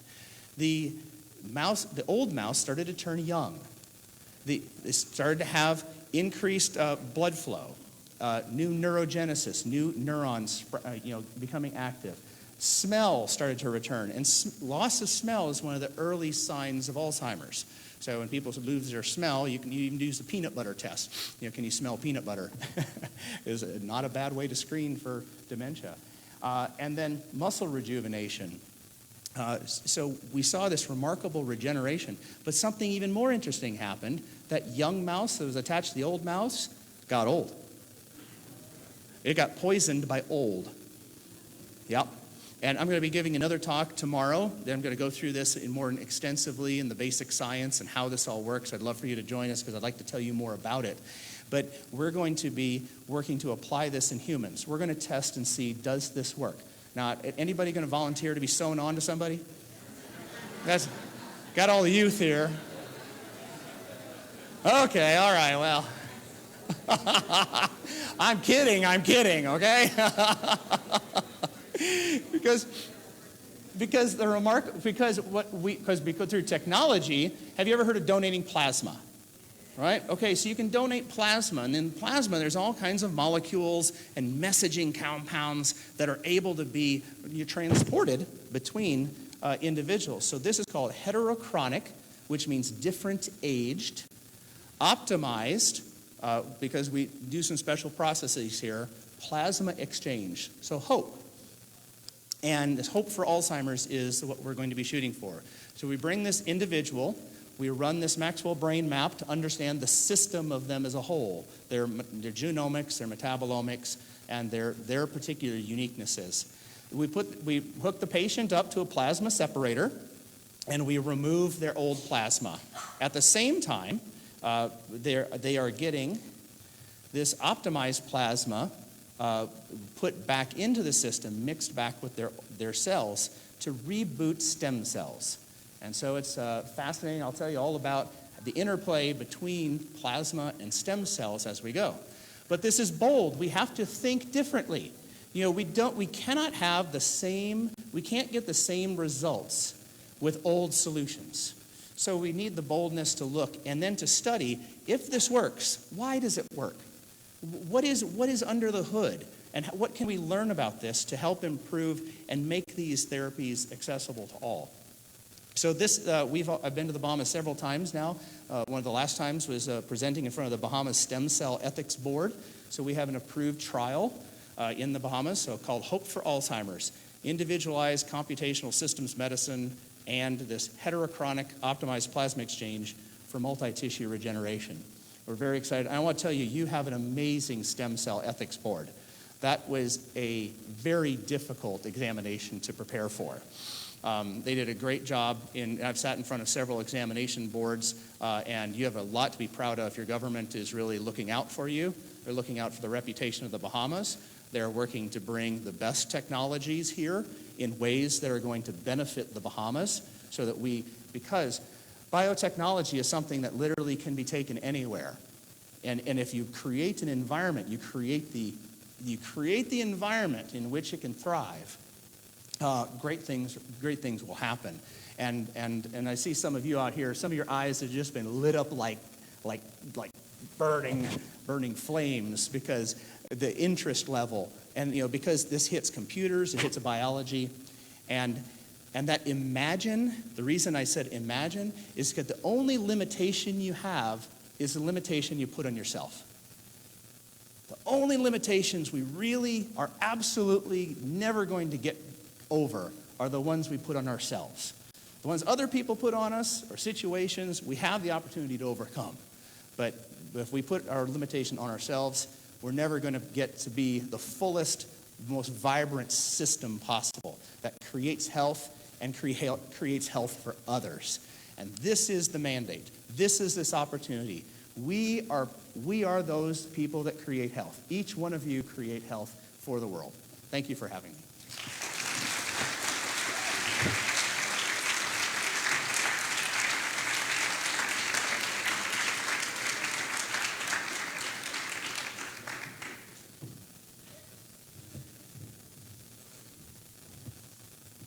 Well, now I have hope,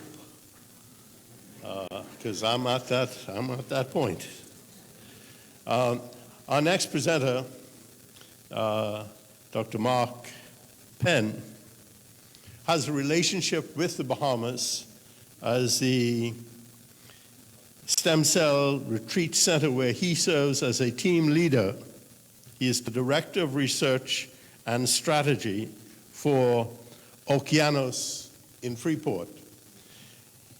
He also serves as where he works for BBLS and Okeanos, where he is the CEO of Black Beret Life Sciences in Texas, where he oversees the life science investments and for the Bossage family office. He's the founding director of the Center for Cardiovascular Cell Therapy. He is an inventor, entrepreneur, and an internationally recognized expert in translating basic science research to clinical populations to impact patient outcomes. He is a co-founder and CMO of the Cleveland Heart Lab, Inc. And he is recognized as one of the top 50 doctors in the history of the Cleveland Clinic grouping. Please welcome Dr. Mark Stephen Penn to address us.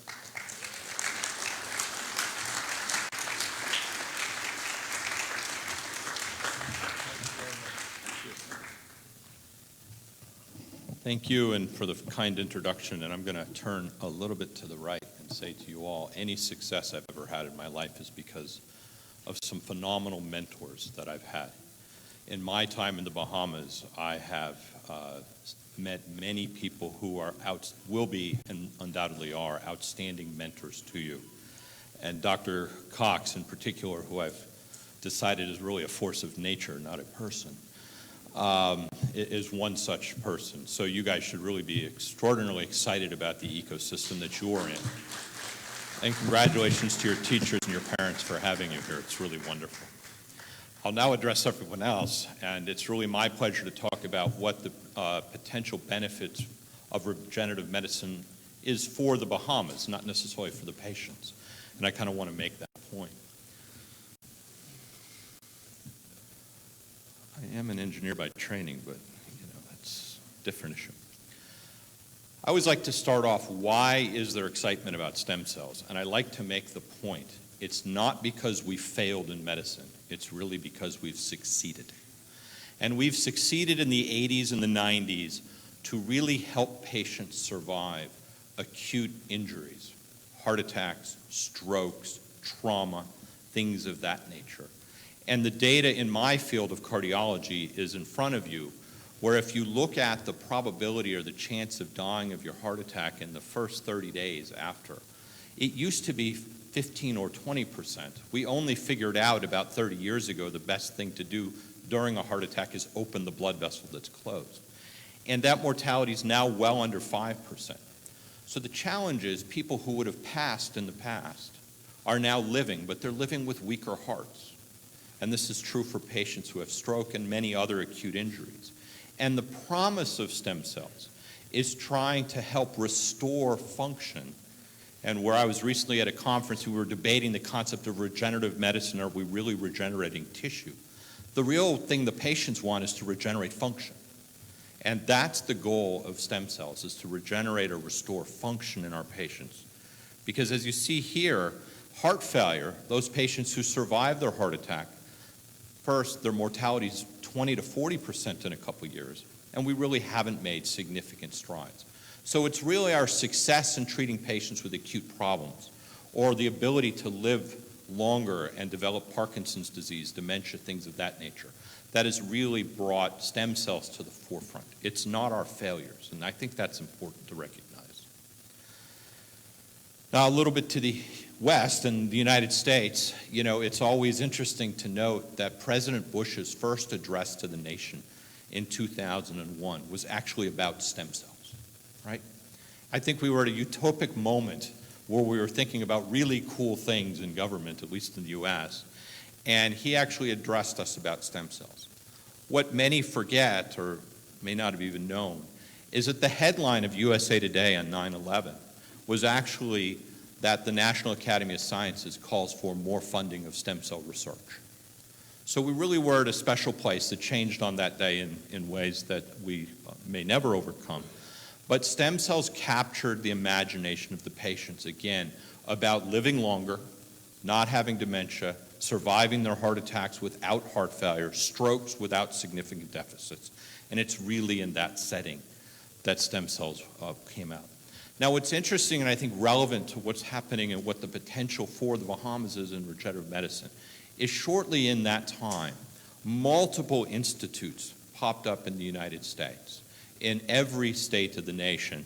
And these are just, a few of them listed here, and one of which, the last one, the National Center for Regenerative Medicine at Case Western Reserve University, I was part of helping found. Now, what's interesting is how did these things occur? Why did they get funded? And why did states put a lot of money behind the development of regenerative medicine centers? This is a page from an application that I helped spearhead while I was at the Cleveland Clinic to develop what we called the Global Cardiovascular Innovation Center, which ended up getting about $100 million from the Ohio Department of Development. There was a previous application called the Center for Stem Cell and Regenerative Medicine, which was funded at about $40 million. So the state of Ohio put a whole bunch of money into a lot of things that led to not only innovation and entrepreneurship and development of novel technologies. But when we look at their GCI benefits, 5-year projections from the state of Ohio sheet, note there isn't save a life, there isn't meet an unmet clinical need, there isn't about improving health care. It's about jobs, it's about wages, it's about education, it's about economic development. And this is what was really pushing the development of all these things in the U.S. that literally led to dozens upon dozens of stem cell centers popping up in America. And you have a really great opportunity when we talk about what is in this for the Bahamas, about economic development, infrastructure development, education and jobs for you all. So stem cells in the Bahamas, you have the Stem Cell Research and Therapy Act of 2013, and then the regulations in 2014, which set up a very unique ecosystem along with the National Stem Cell Ethics Committee when it was formed, to allow the open-minded translation of stem cell therapies to patients under what is a very tightly regulated process that ultimately is focused on patient safety and likely efficacy. Conversely, in the United States, what's happened is all these stem cell clinics have popped up with very little regulation, very little oversight, taking advantage of multiple loopholes in the U.S. regulations that are fee-for-service, that are generally unregulated with limited oversight, poor quality control. Many are getting shut down finally, no collection of follow-up data at all, little or no expertise, in that 95% of these clinics in the United States that claim to treat heart failure have no cardiologist. And 55% that do joint disease treatment have no orthopedic surgeon. So in fact, we sit here today in a country that is well regulated, that wants to move this field forward in an important way. And what the Bahamas offers is a real solution to the biggest challenge in the field, which is this link between the bench to the bedside in a meaningful way that leads to the generation of data that will ultimately move the field forward in a transparent way with great integrity. And that is what the field has lost, and that is why it's so exciting to be here. And through the passing of this progressive legislation and the leadership of the Ministry of Health and the National Stem Cell Ethics Committee, we really have created a very novel ecosystem that ultimately leads to the generation of data and the ability to treat patients who, quite frankly, have very significant chronic diseases, who, if they wait for the EMA and the FDA to approve therapies, they will be dead. And that's what's really exciting here. What are the benefits for the Bahamas? You have the potential to have improved health care here. You have education opportunities for you all, introduction of new industries, growth of tourism and medical tourism, infrastructure enhancement, economic development, and skilled jobs and careers. And there's nothing wrong with this list. It's what every state in the United States hoped for when they funded their stem cell institutes. What's exciting about the Bahamas is because you control the regulations, you don't need to put money into these things, you just need to create the environment. Others will come. People are seeking this ecosystem. And again, in a regulated environment, which is important for the patients, and a requirement for follow-up data and ultimately learning. At Okeanos, which is over in Freeport, we are working with the Ministry of Health to bring improved health care to the locals. We happen to have the only cardiac catheterization lab on Grand Bahama Island, and we want to start to treat people in Grand Bahamas. We have educational opportunities. We have an introduction of new industries. We just opened a cell processing GMP facility. We're trying to bring more patients to the Bahamas. We're trying to enhance the infrastructure of where we're at.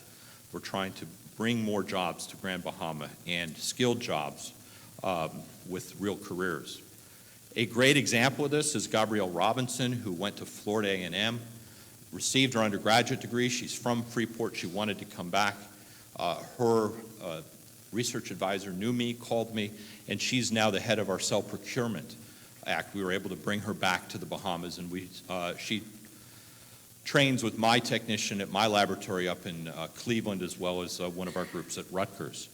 Stephanie Mortimer Wallace is an RN. Mike Price comes there on a week a month basis, world famous orthopedic surgeon, to treat patients here and train others. Vincent Burton, who's in the audience here, is our president of Okeanos. Gretchen Deslick is the head nurse and chief of clinical operations, who lives in the Bahamas, as well as Ava Barr, who's a cardiac cath lab technician, and Warren Sherman, who's out wandering around. I suspect he's here, who is really a world-famous cardiologist from Columbia Presbyterian up in New York. We have a state-of-the-art Philips biplane cath lab. It's wonderful, and again, we're really excited about bringing cardiac care to local Bahamians in Grand Bahama Island. Lots of pictures. So, I think the future is incredibly bright. I think the infrastructure and the ecosystem that the Stem Cell and Regenerative Medicine Act has created is incredibly exciting for all of us who are aging, for all of you who are thinking about your futures and how to interact with what's going to be in medicine in the future. And I look forward tomorrow morning to speaking to you really about how we are bringing novel therapeutics to exist, not only here but globally, using the platform that we've created called Okeanos Global Health, and the deep science we have in anti-aging, in cardiac repair, and multiple other tissue systems. So thank you very much.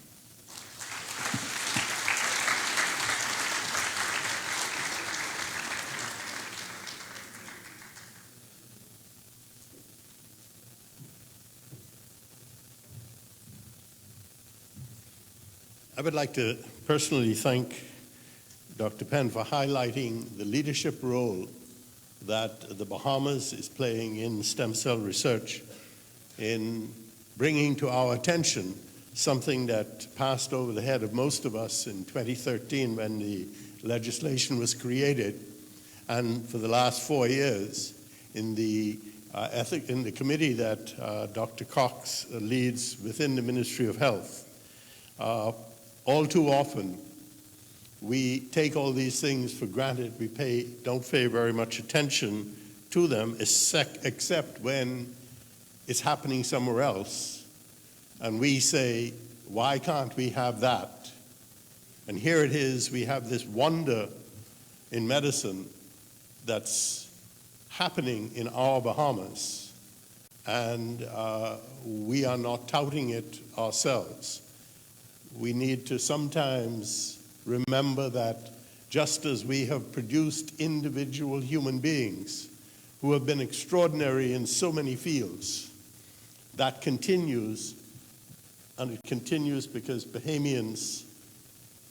those Bahamians who focus on a future that's better than the today that we have. Our next speaker, Chris McSwain, is the founder of the McSwain Consulting Organization. He is known for creating innovative, groundbreaking, and industry-leading solutions for highly complex business, employee, and cultural challenges. He is a thought leader in the area of integrated health benefits. Now, his pursuits not only impact global change through consulting, leadership, and executive level services, but he also believes in giving back through thought leadership, articles, and presentations. He has successfully led transformation in many large companies, and we are honored to have him here to present to us on inspiring the next generation. Oh, I'm sorry. My eyes are going, so I need some stem cell help. So how we become the CEO of our own health, wealth, and performance. Mr. Chris McSwain.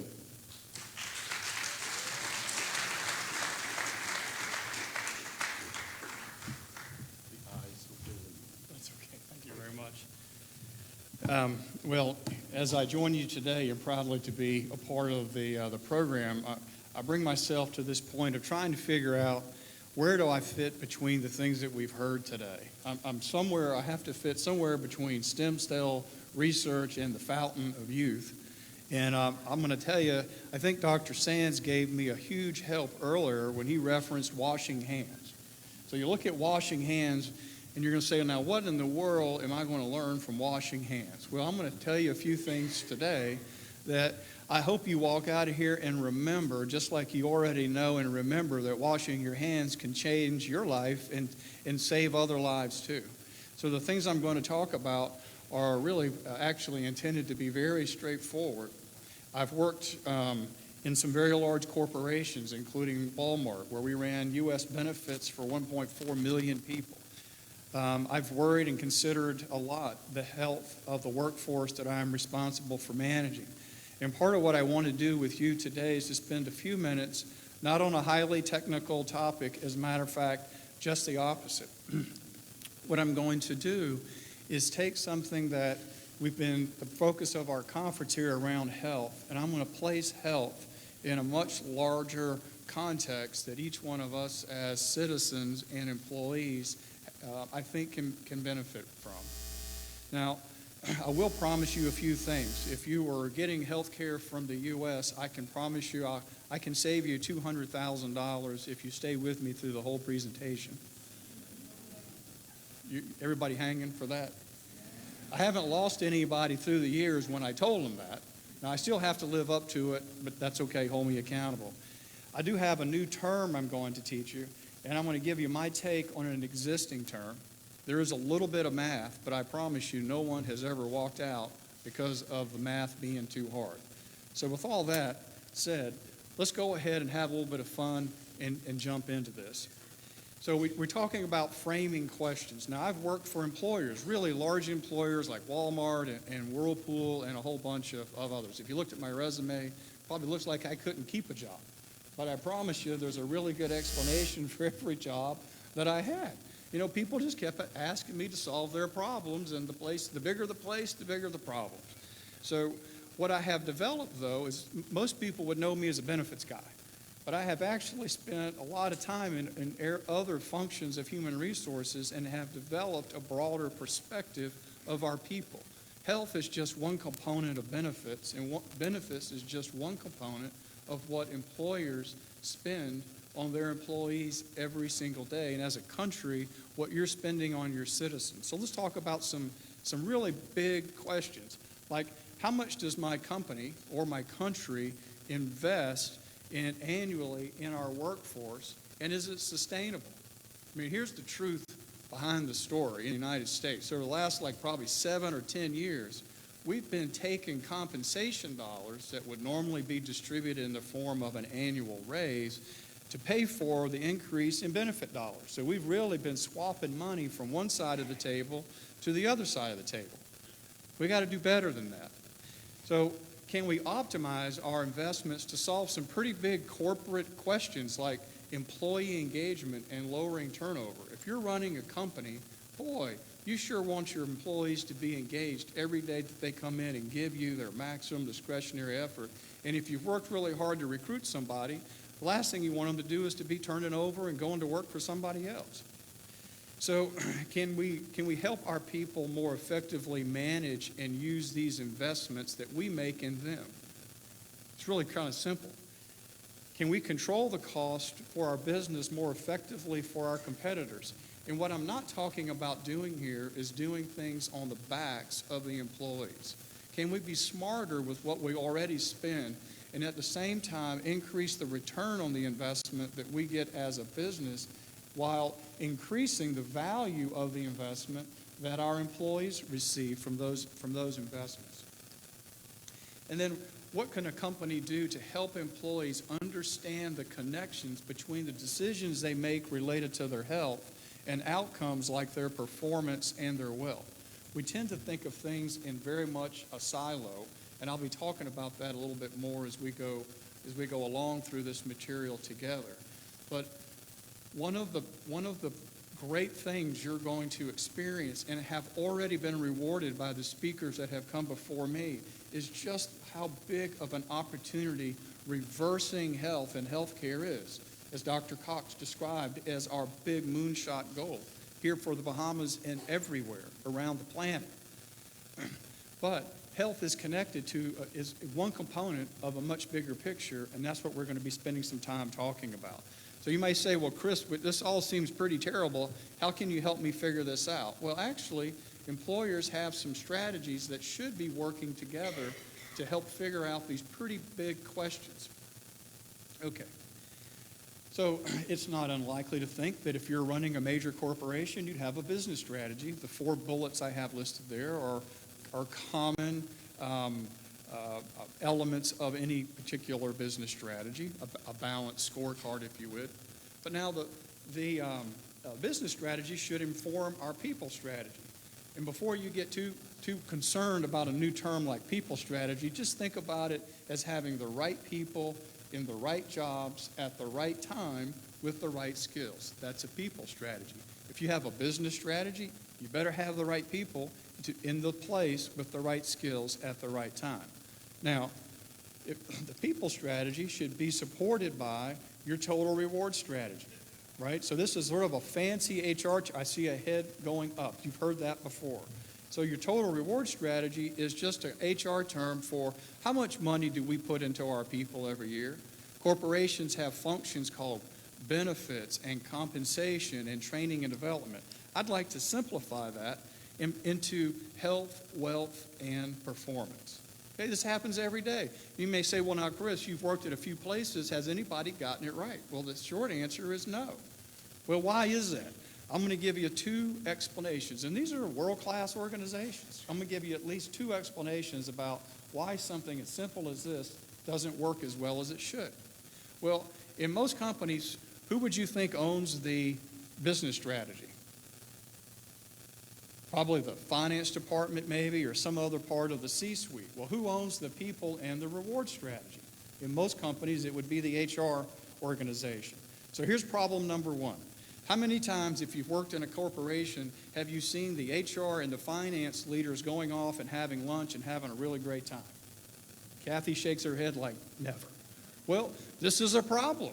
If these strategies are supposed to work together and the people in charge of them aren't doing very well interpersonally, well, it's not going to turn out too well. Problem number 2, even with what HR owns, we operate in a very siloed manner. And see, I come from HR, so I can talk about this. The compensation people, the benefits people, and the training and development people rarely ever have a lot of communication. They operate very much in their silos. And silos are the big explanation about why these simple things aren't working as well as they should. Now, as students, and you're thinking, well, now, this doesn't sound terribly exciting compared to stem cell research. Well, if you think that stem cell research has a chance to actually make it through into an employer's benefit strategy, these sort of things have to work. And by the way, I'm coming to you not with answers all the time, but with a lot of opportunity for anybody who may want to reach out and try and solve some of these really hard challenges, because people smarter than me try to do this every day and haven't been really successful at it. I'm just no pressure, but we could really use some help. Okay. So we've been talking about this health and wealth and performance. Now, I would suggest to you that every year a corporation or a country goes through something like this. They're going to start the year and they're going to start spending money on people. They're going to pay them for their job. They're going to give them benefits. They're going to give them training and development. And then what happens at the beginning of the next year? It's a rinse and repeat. They try it right over again. They're going to keep putting the money into their employees. Now, what's really odd about this is who actually owns what the company is putting into the employees. It's the employees that own that. When you look here at the very bottom, the employees own all 3 of those areas of assets. If I left one employer and I went to another employer, I take all those things with me. I don't leave them back. Right? Okay. All right. Now, here's where I show you how to make $200,000. The way we're going to move from that previous slide where everything was sort of in a silo, health, wealth, and performance, is to begin to think about these things very differently. They don't operate independently. Actually, they're very dependent, and they're interconnected, much more like gears in this model. Now, I must confess, it's not a high-tech slide, but trust me, this is actually the way things work, and I'll prove it to you. So, poor health. If I have poor health, then guess what? I'm going to have less wealth, and I'm going to be less productive in my work.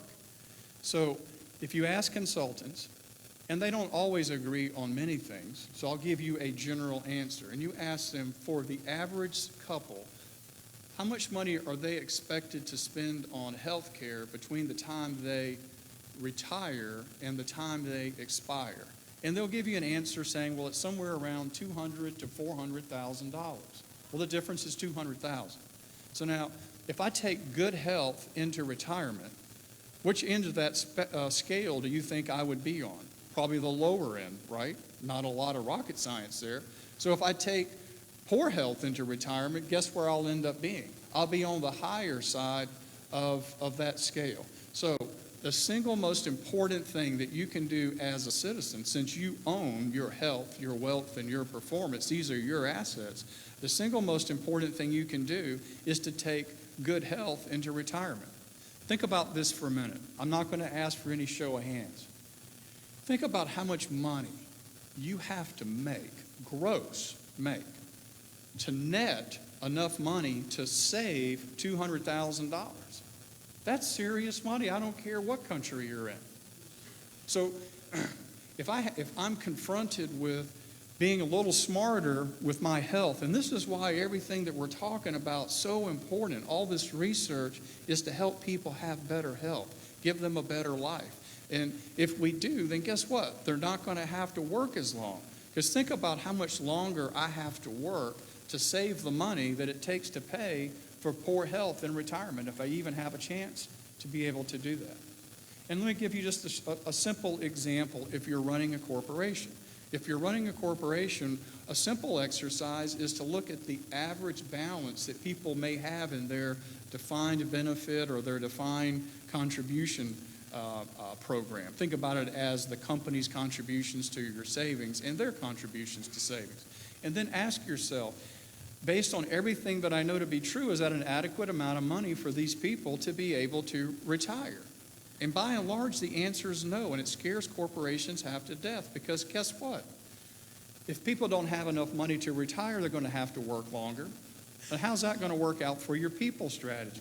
So if people can't retire because they have poor health, then they're going to have to work longer, right?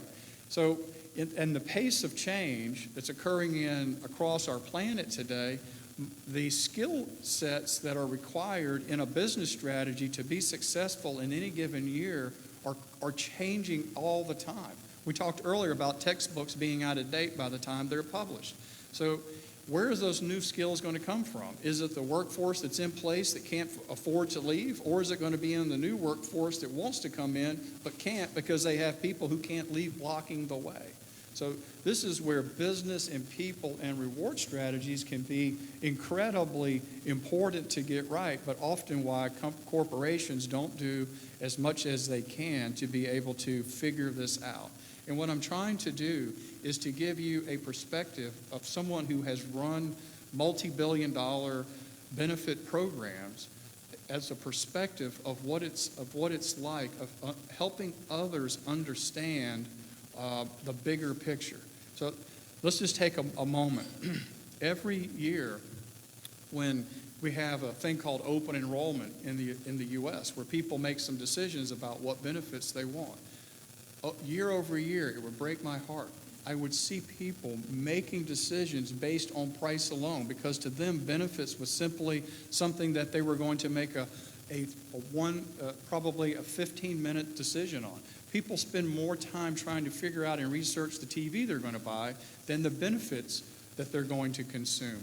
But what I'm trying to explain to you is that this decision that we make around our health has incredible implications on a much broader scale. So my point is that the work that you're going to do, present and future, has a place, and it's a bigger place than you might expect, because what you're doing is not only helping extending people's lives, you're helping people have a better life and enjoy the life that they have so that they can take good health into retirement and not poor health.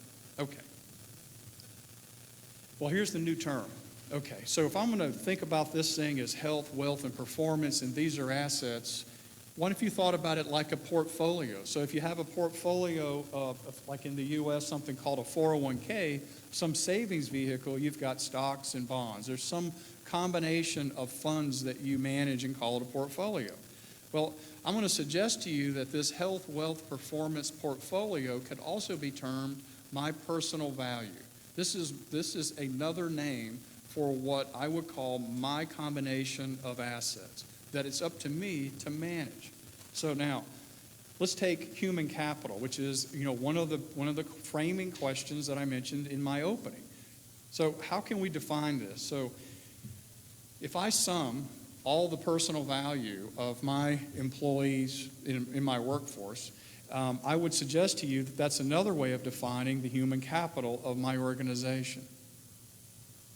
Now, let's go to the framing questions at the bottom. What's my human capital worth? And what can I do to maximize it? I have 3 strategies to help you think about that. 1, personal value strategy number 1 is to help employees understand the key linkages of all the employer strategies. I'm not going to take you through each bullet, but let's go to the bottom. Acknowledge that consumerism is actually a strategy for health, wealth, and performance, and not just a benefits design. Personal value strategy number 2, help your employees become wiser consumers. So am I leaving money on the table by not participating in all the relevant programs? It's absolutely amazing how much employers offer their employees and that the employees don't take the steps to actually utilize. They let free benefits, like you see here, go unused. Secondly, what changes can I consider to optimize the options that my employer offers? So there are a number of areas of decision making related to benefits connected to health, connected to the work that you're aspiring to do to reverse health and health care, that has real sort of kitchen table conversation here. You know, what can we do to be smarter about the opportunities and options that we have available to us? And by the way, if there was some extra money because I was a smarter consumer, what could I do with that money? Most employers have a whole lot of options for employees to consider about what to do with this improved health that they have, because the better the health that they have, the more wealth that they will have to be able to do other things. And then finally, this is a huge opportunity for corporations to actually personalize rewards. Now, I won't ask for a show of hands. I'll use myself as an example. You know, I don't think about health, wealth, and performance as a 20-year-old in the same way that I would as a 40-year-old, and I won't when I turn 60. But many corporations use the same benefits and the same compensation and the same training and development, and they don't offer any sort of opportunity for their employees to actually make choices about what's more important to them. You know, maybe I'd like to have a little bit more contributed to the wealth opportunities that you offer me. Maybe I'd like to have more of an emphasis on health benefits that you could, or training. I think Dr. Cox, in her description and introduction, was a stellar example of someone who has gone to extreme lengths to improve her performance, this training and development that she's gone through, personally sacrificing the things that she has to achieve her ability to perform, earn wealth, and have a great life. Now, as we conclude, there's two perspectives. One is the employer perspective. What are we doing to manage our companies, our country's human capital as a way we manage any other sort of investment? If you're an employer and you build a factory or you put in a new software program, I can guarantee you're managing that investment. We just look at human capital a little bit different because we don't have a really great way to measure it. I've at least given you a way to begin thinking about measuring the human capital in any company. And then the employee perspective. We're almost there.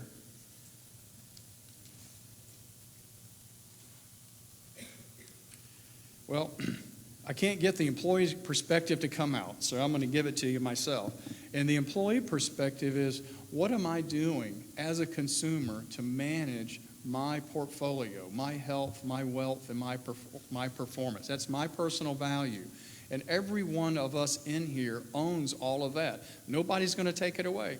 You get replenished every year. My question to you is, what are you going to do with it? You are the CEO of your health, your wealth, and your performance. And I encourage you to make the most out of that as you think about the work that you're going to do today and into the future. Thank you very much.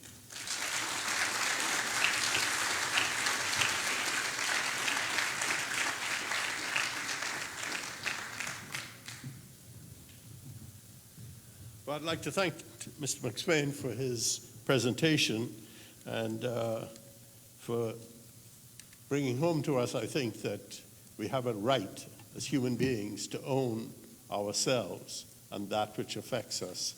And we should continue the fight to make that real. I'd like to ask Mr. McSwain and our other presenters to return to the podium so that we can open the floor to questions. And I believe before we do that, you want to make an announcement. Yeah, I have a few words to say. So we asked the students, teachers, to submit, come on everyone who's been speaking, let's just round them up. If you're hanging around outside, come to the stage, please. To give a list, of your top questions. And we were so impressed. The plan was to choose 5 or 6 people who would ask questions. We were so impressed by the range of them. We really wanted to not do that, but to whoever's got the courage and want to just jump up and put up their hands to ask the questions that they wanted, students, parents, that way. So that's the first thing to say. We're going to have the Q&A, and we want questions from students here. We want questions from everyone in the audience. You can ask questions that are specific to particular people, or you can ask general questions for the group to take that, and we're going to do that for a bit. You've all come here to hear Tanmay, who is still in the air on his way here. So the thing that you would have gotten from all of what we're talking about is adaptability and all of that stuff. So what we're going to do is this. After your Q&A, we're going to wrap up. You are all invited. You don't have to go through the registration and stuff. You are all invited back tomorrow. He will be here physically tomorrow. He's coming in probably about 6 or 7, probably about 7 o'clock tonight. We want 8:30 to be the time that he is here, so you're able to hear him speak. Then you will all go next door and be able to hang with him and ask him any questions you want and sit with IBM Watson. That'll be a really fluid, flexible session. So you don't have to prepare or anything like that. It's just for you to get a sense of what's the life of a 14-year-old who is doing AI and all sorts of weird, unpronounceable things that I don't really understand, who is, homeschooled and in speaking engagements on his way to Australia on Monday afternoon, and what is that like? Because this is a possibility for you. He is self-taught, and so there are all sorts of possibilities that can happen for you. With that in terms of teaching yourself to write code. So parents, responsible adults who came out here today, I can see in your eyes that you've got amazing content. He will be here tomorrow morning. Try and get here at 8:30 so that you can hear him speak here. And then you go next door, and we have until about 11, and we may put a bit of, drinks or some goodies or something for you to nibble on, given that you've missed that part. So that was a bit of housekeeping. I'm going to come back to other housekeeping at the end, but I wanted to let you know that. And so questions, put your hands up. Anyone, there must be burning questions. There's been such amazing content. This is your opportunity to ask these speakers anything, even stuff I think that they may not have talked about that may be a burning question for you. What? No questions? Yes, over there. Will you stand and tell us your name? And if someone who's running and dealing with microphones, can we get a runner? Oh, she's got a walking microphone for you, so you can stand in your seat.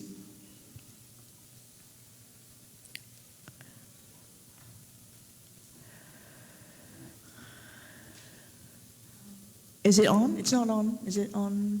Hello? It's on now? I think it's on. Wait.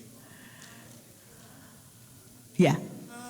My name is Juliana Davo. Hi, Juliana. My question is, would regenerative cells help decrease the rate of rejection in So that's what regenerative cells, just for you who may have heard it, regenerative cells help decrease the rate of rejection in transplants. Whoever wants to take that. So stem cells are being used in 2 ways in transplants. One, they're being used to try and extend the life of the heart, for example, when it's taken out of the donor, so that we can ship it further or take more time to get it to the recipient. And that work's ongoing and actually looks quite successful.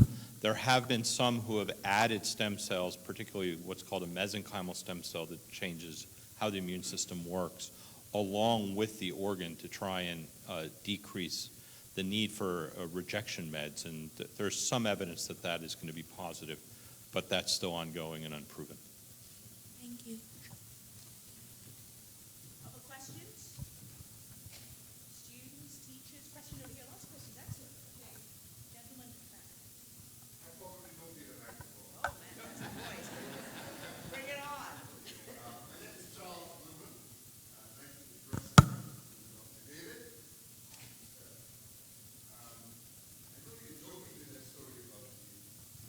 Thanks. Joking about story. I think you were joking about this. Is it really true? And the mice? If it's really true, I have some younger siblings of mine that I can, right? And yeah, I'd like to work on that. And on a more serious note, we've heard of a tycoon. Just put it down.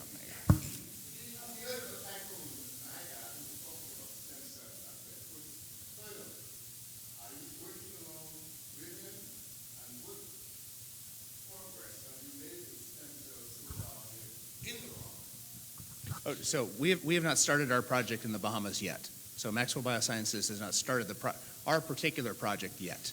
So we're working on. So yes, we talked about, is this true about the mice being joined and the old mouse getting younger and the young mouse getting older? Yes, that's absolutely true.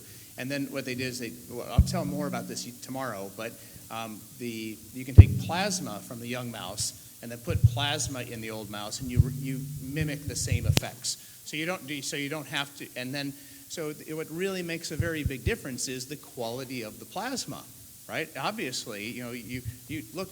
I can think you can look around your neighbors and decide, hey, I'd probably want that, probably don't want that, right? Not that I know your neighbors, but yeah.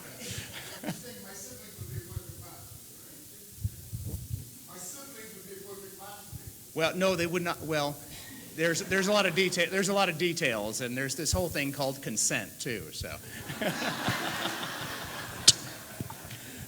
Yeah. So Okeanos has been around for about 4 years. We've treated about 430 patients with stem cells from orthopedic, neurologic, cardiac, autoimmune diseases. We've also spent about the last 7 years working through parabiosis and stem cells. Parabiosis has actually been around for about 150 years. Done in Russia many years ago, decades ago, and shown to be safe.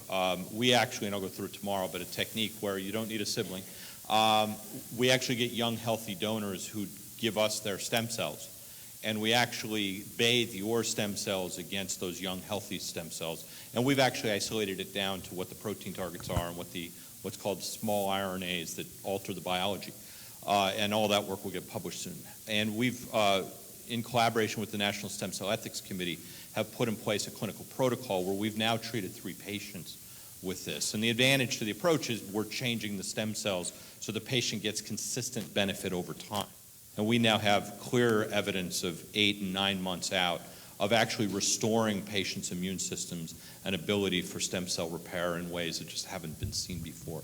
And we've done 3 of those patients. We have 3 patients coming yet this year.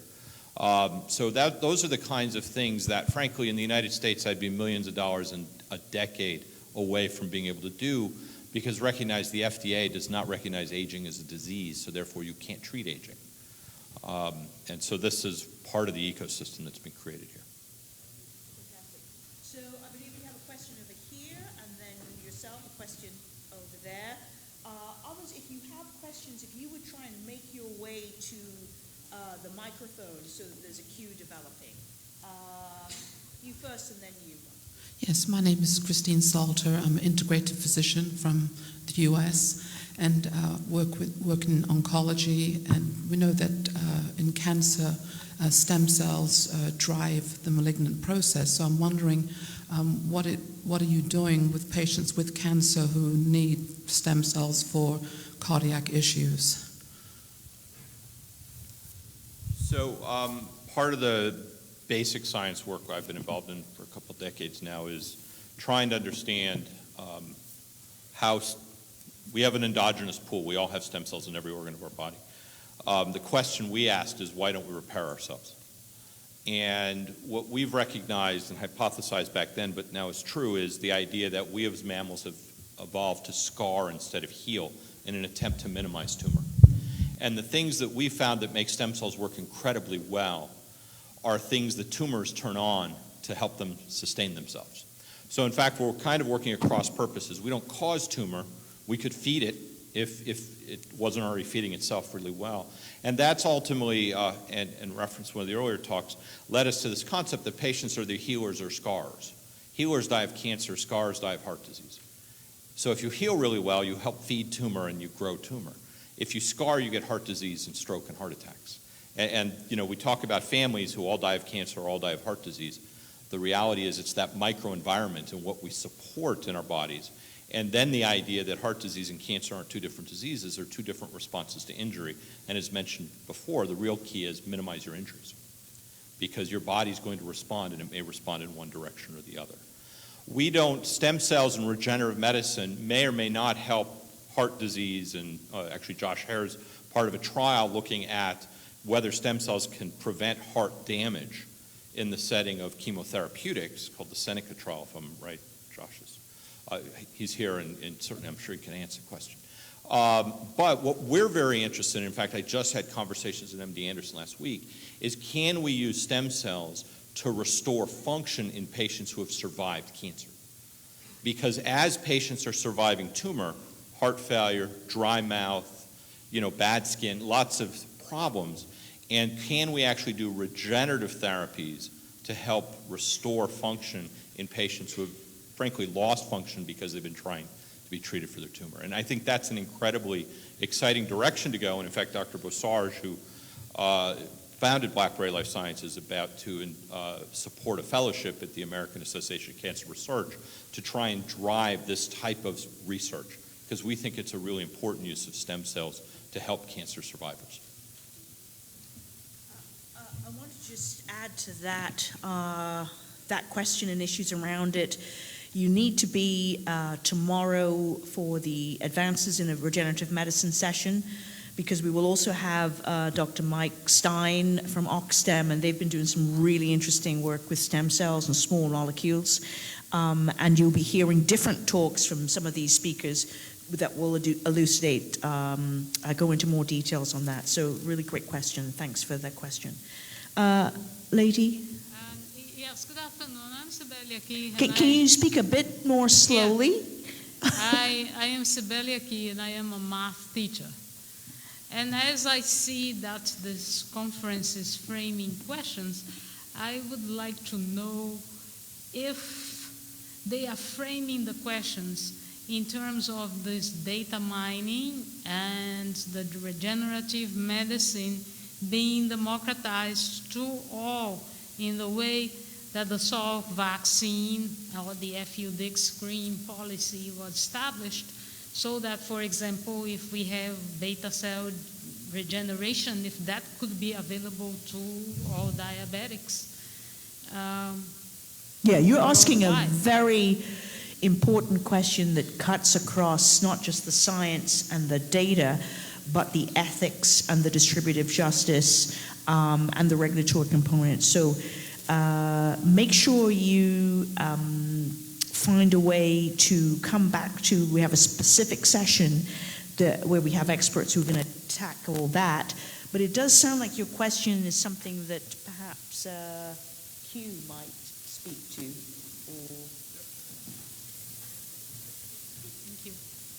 So when I worked at the National Institute of Health, we thought about 4 different quadrants. You referenced them. One is education. The other one is science. The other area is practice. And the last one is policy.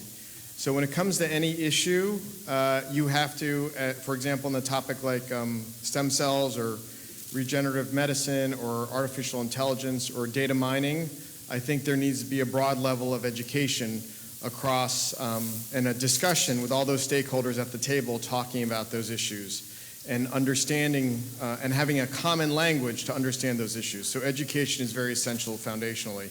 Then you need to look at the science, and you need to look at it from different prisms of what is effective. At NIH, we often would reference that it takes 17 years to go from discovery to delivery, widespread delivery. It's partly because of the issues as it relates to ethics, regulatory issues, and policies, and the investments that a society has to make to scale an intervention, like a vaccination, for example.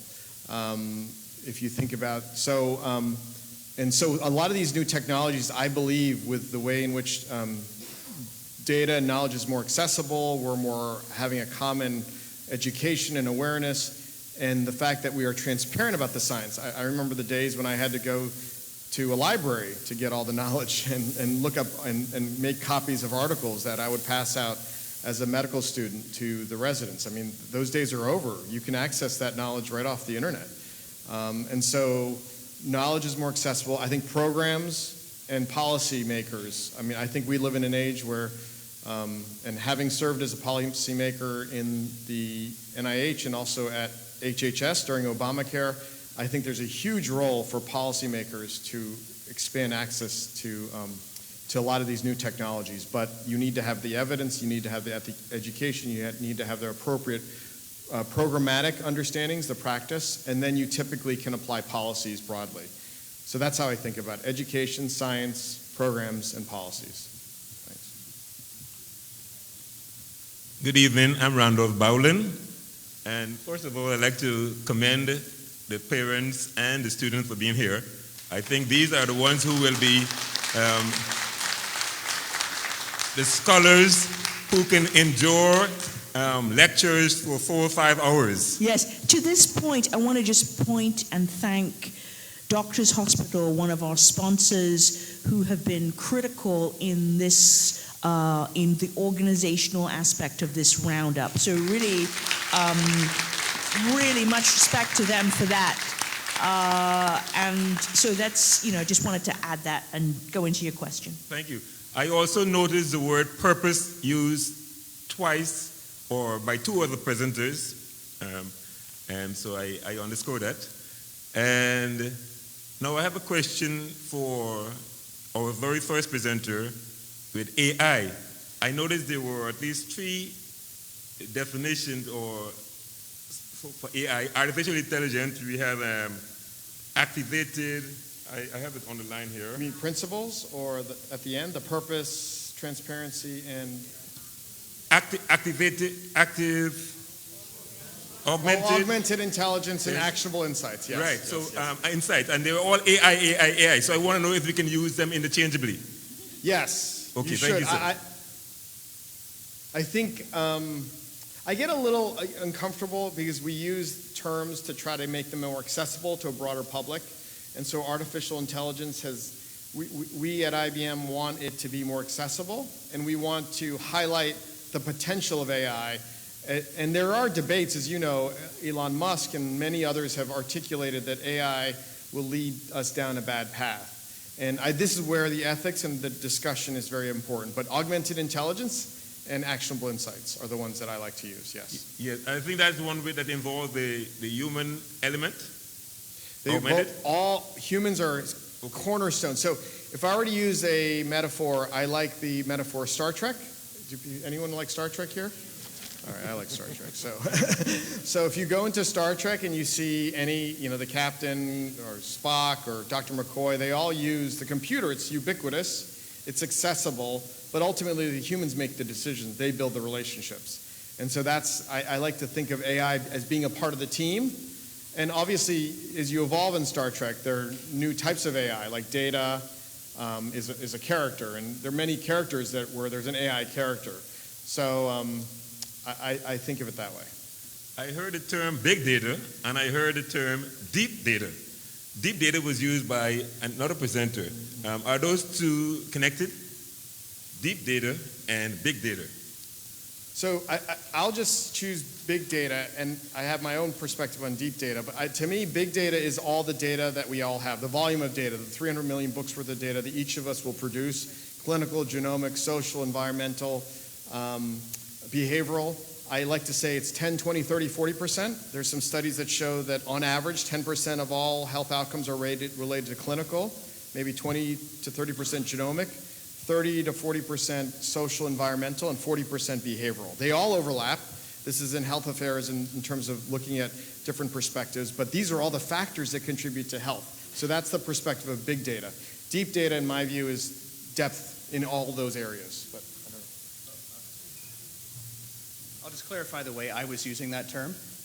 Big data is you typically need many data points from, you'd think of many individuals. You're aggregating, looking for patterns amongst large data sets. Deep data is what we think of as a dense data cloud for an individual, where you're looking at genomics, metabolomics, proteomics, and following that individual over the course of time. So it's more of an applied data. So because there's many uses for big data to help see trends and to have comparative efficacy among different therapies. But with a dense personal data cloud, there's more insight that can be understood on that person when studying their data cloud before and after an intervention. And so you're looking for trends within an individual. So that's more of in a practice, and that's my use. Please don't move. Brain healing. Yeah. You were the presenter for that, okay? Mm-hmm. I'm glad you remember. Yes, of course. I'm watching you.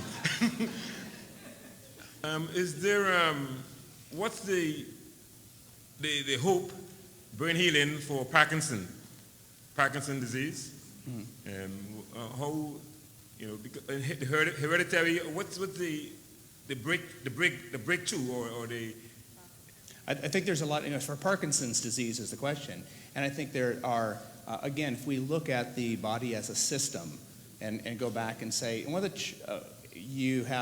you're looking at that person through history. So I think one of the most exciting things is to figure out who's trending towards Parkinson's, and can we prevent that degeneration earlier. I think stem cells have a remarkable opportunity to have a place here.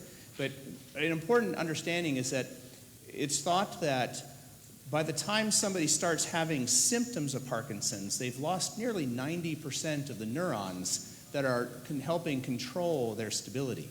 Our brains have massive redundancy when it comes to memory and movement, etc. So by the time symptoms occur, are actually already late stage. I think we have to change our idea about what is early and late stage, and instead think about the prodromal time that is present in that way. And that's where the interventions will be much less expensive, therefore they're more able to be distributed, and they're less likely to have as much harm. And some of those are going to be, I thought the description of behavioral and environmental is right where it needs to be. Okay. One last thing, please. No. That's it? The thing in Grand Bahama.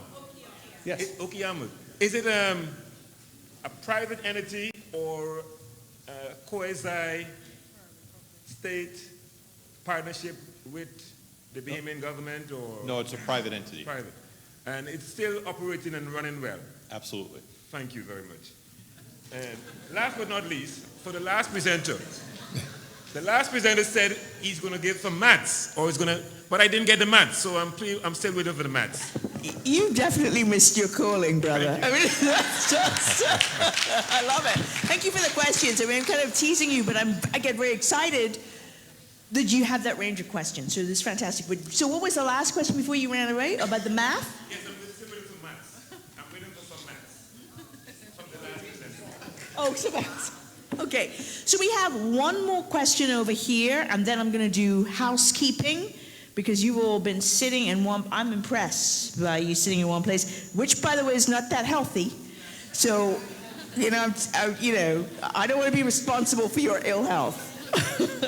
Thank you. I'm a cancer survivor, and actually, thank you. Based on the results I got from my scan 2 days ago, I might be going back into treatment, though. But I also have an incredibly rare form of muscular dystrophy that most doctors will never see in their career. It's only in textbooks. So I'm very interested in stem cell therapy, and I've read a lot and learned a lot myself. So I have two questions. One is a medical question, and one is a ethical question for the physicians that treat. The medical question is, what is the current thought process, and I've heard it pronounced a couple different ways, mesenchymal cells, as well as the cord blood cells, as far as graft versus host disease. What's the current thought process on that? Are we still trending to that's not a concern now, or it is or isn't? And then I'll ask the ethical one after you answer that. Yeah, so one of the things we've learned about mesenchymal cells and mesenchymal cells from umbilical cord and other types of cells like that is we can deliver them to the patient without a worry for graft versus host. They're not immune system. They don't recognize the foreign body or the new body as a problem, and they don't attack. There is a risk if you have a therapy that needs multiple treatments that you do become immunized to them, and they may not survive very long. Okay. But as far as a risk, there's really very little risk. There's no GVHD or graft versus host. Great, that's good to hear. Ethical question I would like to hear from each of the doctors if I could. I understand the legalities that are put in place to protect patients from being taken advantage of. I'm a big proponent of patient rights too, that if we are educated, we do understand the risks, but we're struggling with something very rare, deadly, and crippling, that we should have a right to be able to take non-FDA approved treatments and et cetera, as long as we can prove that we've been educated and we understand the risk of that too. I just wonder ethically what your thoughts are as treating physicians with patients' rights taking such non-approved treatments. Yeah, so you use the operative word. It's about education, right? And one of the things we'll do at Okeanos is we will talk to any patient anytime about stem cells, whether you ever want to be treated by us or not. Because as far as we're concerned, an educated patient is good for the world. And that's critical. The challenge becomes when some don't want to educate and there's financial gain and patients are either put at harm or just perhaps as worse, given snake oil because it's really about the dollar. So it's all about education. I agree, and one of the reasons we're here is because this is a regulated environment.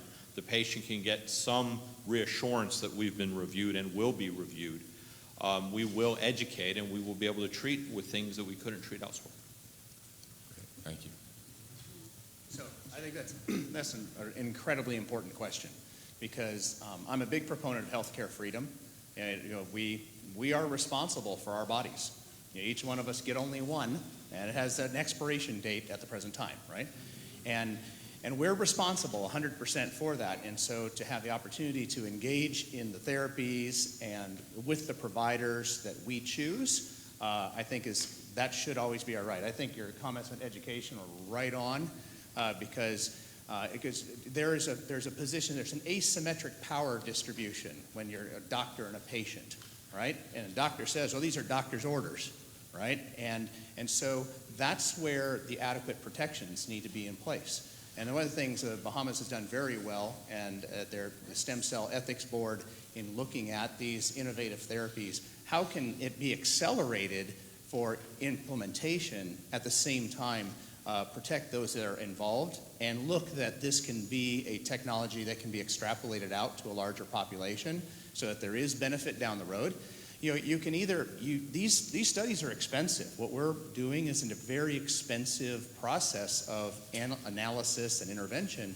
And so you can either get that money from the public sphere, which is your tax dollars, or somebody else's tax dollars, or you get it from the private sphere, from individuals who are engaged and involved and interested in and recognizing the risk and the benefit that's there. And then that data set can then be added in to improve the outcomes for other people. And I think it's very important. These public-private partnerships, when they're done wholesomely, can have a great benefit and move the needle forward. So I think absolutely, and we have 100% responsibility for our life. That's probably the first most important rule you'll learn when you start getting better is I have 100% responsibility. So congratulations for doing that. So. Thank you. Appreciate it. I would say to you also, this first day was kind of a teaser, like bait for you to come back tomorrow and the day after, because we're going to be doing a lot of deep diving on the issues that you've talked about. In addition to what's been mentioned, there's a whole other paradigm shift on the cusp, on the horizon, which speaks to the business of paying for health, that is about beyond public-private partnerships. Are there ways in which, if I agree to share my data, I own my body in terms of, my data, not just my choices, but if I agree to share my data, is there a way, and this is the distributive justice, blockchain, and health conversation, in which I know that the value of my data is greater when it's shared and it's been touched on in terms of AI and data, that allows me to then be able to see, because everyone is in that platform, the predictive analytics. So I'll give you an example. I've got my Fitbit on and I'm doing my stuff and I've got my personal data and I know when my heartbeat goes up and all that. But when it's shared, broadly speaking, I then am able to do more predictive stuff. It turns out that people who look like me with this particular profile, when this sort of thing happens, there should be an indication of that. So the conversation is, if I agree to share my data, is there a way in which I might get lower insurance as a result of that?